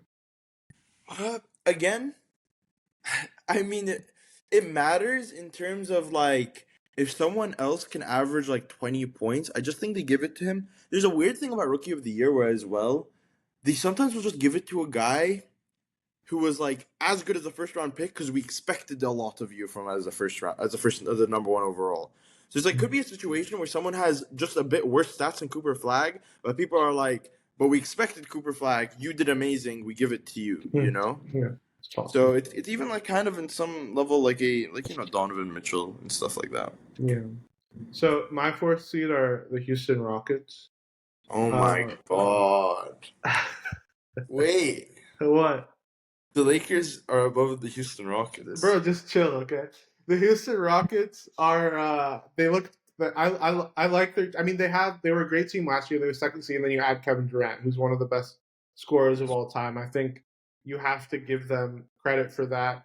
I really like Şengün. I think that he's kind of underrated in a lot of ways, and he obviously had a great game last night. So if that wasn't just an anomaly, and his shooting has improved to that level, then I think that he's going to be their star this season over even KD. I mean, KD at the end of his career, like, I don't think he's had the most. Like, he hasn't had all these like incredible performances. He's always going to get you 20 plus points, but is he going to get you 30 plus? How often? Probably not. Amen Thompson, I think that he is one of the best defensive players in the league, and I think that he's continuing to make strides offensively. The Fred Van Vliet injury hurts them. I think that if they had Fred Van Vliet, it would be hard for me not to put them third, maybe even second seed. So that is a I don't think big it matters. I don't that think is a it big it is a matters. big injury for them, like in terms of ball handling. Okay, but in Moving terms on. of the Lakers, bro, like I'm sorry, maybe I'm turning into our biggest hater, but they might have 3 centers better than our center. Yeah, Okay, no, they do. Yeah, they yeah, do. they have Capella, Capella, Adams, Şengün, Şengün. yeah, of Yeah, course like they do. dude, Did they Capella might even have play? in terms of wing defenders, all of our wing defenders, they probably have 5 better than us, bro. Eason, Koji, consider like even like I mean, Amen Thompson isn't like a wing defender, but they just have like defenders, and they have DFS. Probably our best wing defender last year. So it's just like they have everything bar the point guard. And last time I checked, like we have Doncic, but we don't have in terms of a Fred VanVleet, like someone that's purely focused on distribution. Let me just say, might be controversial, but are we 100% sure the Rockets are better than they were last year? Come on. I don't know, dude. Like No, they, come they on. said they had. I love teams with. You tell me what they tell me what they lost. Outside of OKC last year, they were the only team with ridiculous depth and Exactly. So they got rid of Jalen Green and Cam Whitmore and decided to Dillon add Brooks, like 3 or 4 wing defenders. Dillon Brooks, and they got KD, but I just don't like. I'm always wary of these teams that had a really good season and everyone was like meshing together. And you're well. not At least when wary you of talk like about the Marcus Lakers. Smart being our main signing. Bro, just let's keep the Lakers to the side for now. I'm talking about the Rockets. I'm wary about teams where they had like a really good season. They're well coached. They have depth. They have chemistry. They don't have like this one star that's getting all the like attention, and then they go and they trade a few of those strong pieces for that aging star. Like, I just don't know how much KD is going to help them out, at least in the regular season. I think that I would still have made this move, though. I mean, we're talking about regular season seeding right now. I still would have made this move just based on what I saw in the postseason, where they didn't have anyone to go to in clutch time. And obviously now they have Kevin Durant, who's one of the best clutch shooters of all time. So I'm not saying that. Okay, let me rephrase. Are we sure they're not a? Are we sure they're a better regular season team this year? I don't think so. I think that team was built last year for the regular season, and they ended up getting the I second don't think seed. Jalen Green is built for anything. Honestly, I don't think he's built for any. Like your metrics as to what they were good at last season was depth and chemistry. Lakers don't have depth and we don't have chemistry. Yeah, bro. All right, fine. Let's get to the Lakers. But first, who did you have in your third seed? My third seed is the Rockets. That's all I'm gonna Okay. say. They added All Kevin right. Well, my Durant, got third a seed bunch is of the wing Lakers. defenders. Yeah. Dude, Luka's better than anyone on the Rockets. Period. It Okay? doesn't matter if your best player is Luka, but then they have maybe okay. Let's move it like this, right? If you take Luka, LeBron, and Austin Reeves, right, and LeBron won't be healthy for most of the regular season, I promise you that he'll be playing 40 games. Okay, this guy looks like he's gonna be taking a break every other day. So that's even you have to factor that in. LeBron won't be there. So let's take Doncic and Reeves, okay, and then you just take Şengün and Durant. Yeah. Okay, we can agree. Let's even say that those average out, right?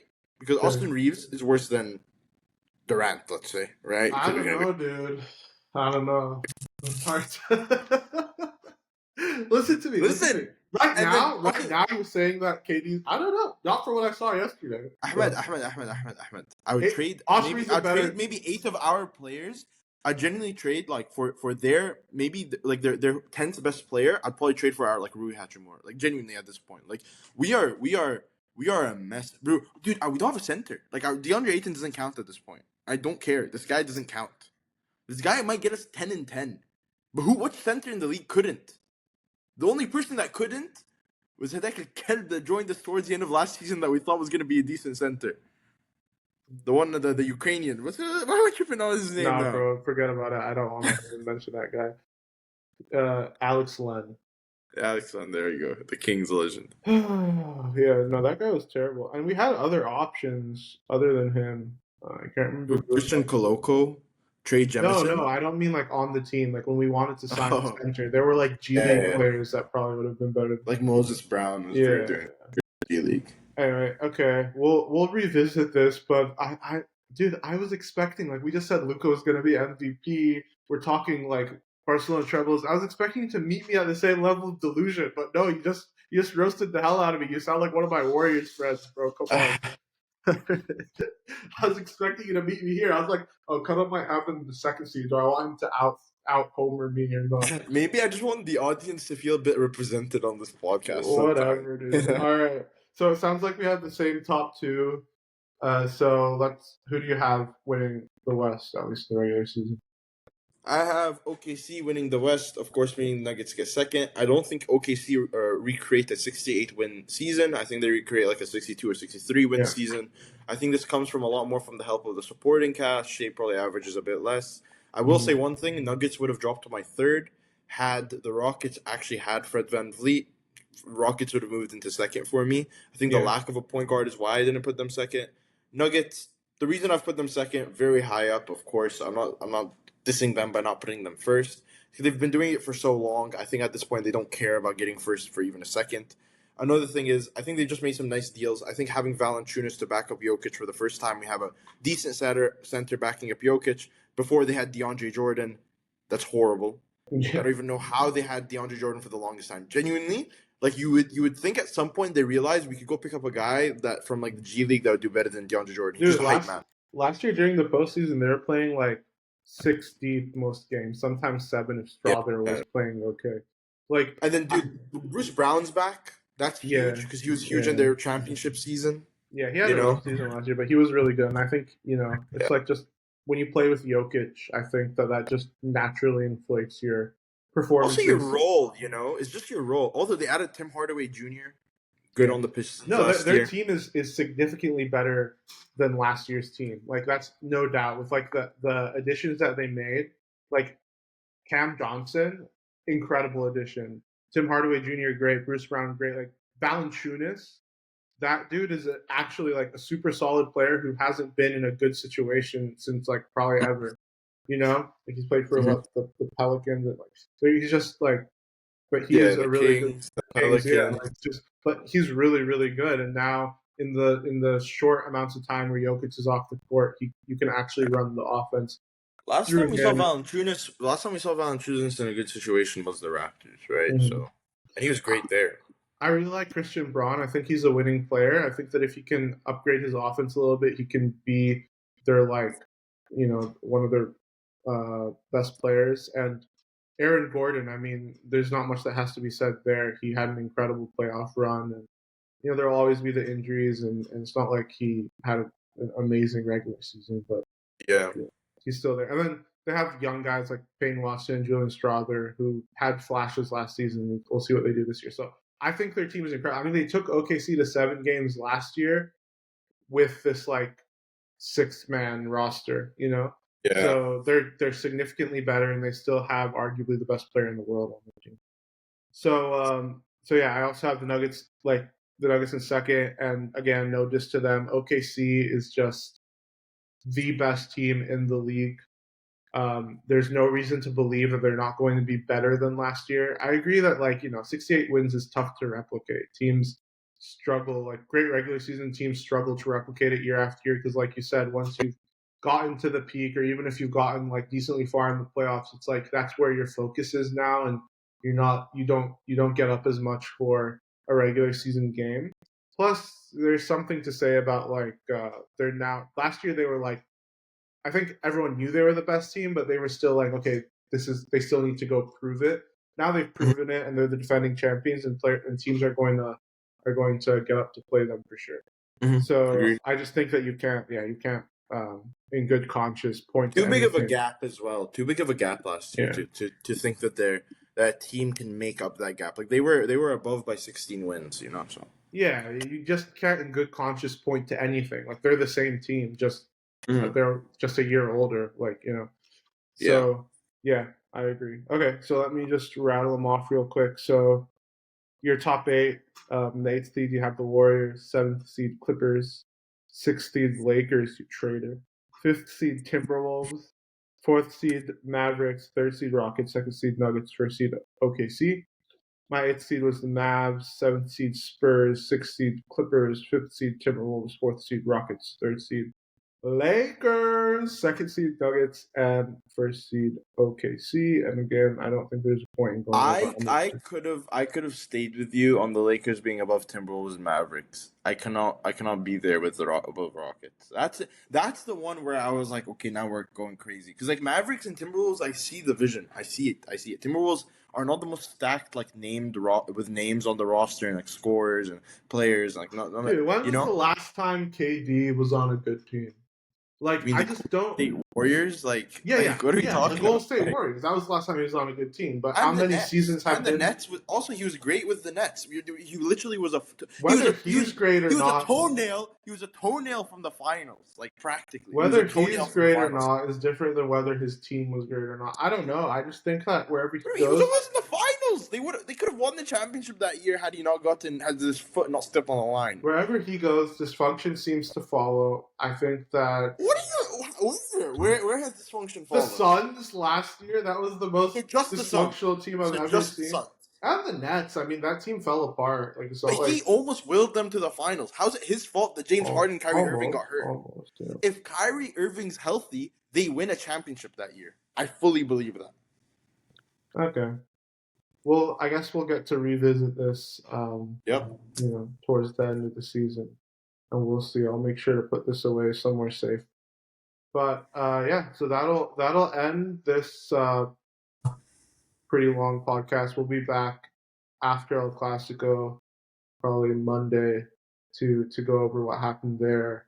We can also talk about the Olympiacos game. Great win, but we'll wait to go over that once Amr is back with us. All right, thanks, Karam. I'm Ahmed. With me has been Karam. Amr had to dip, but he was also here, I guess. Peace.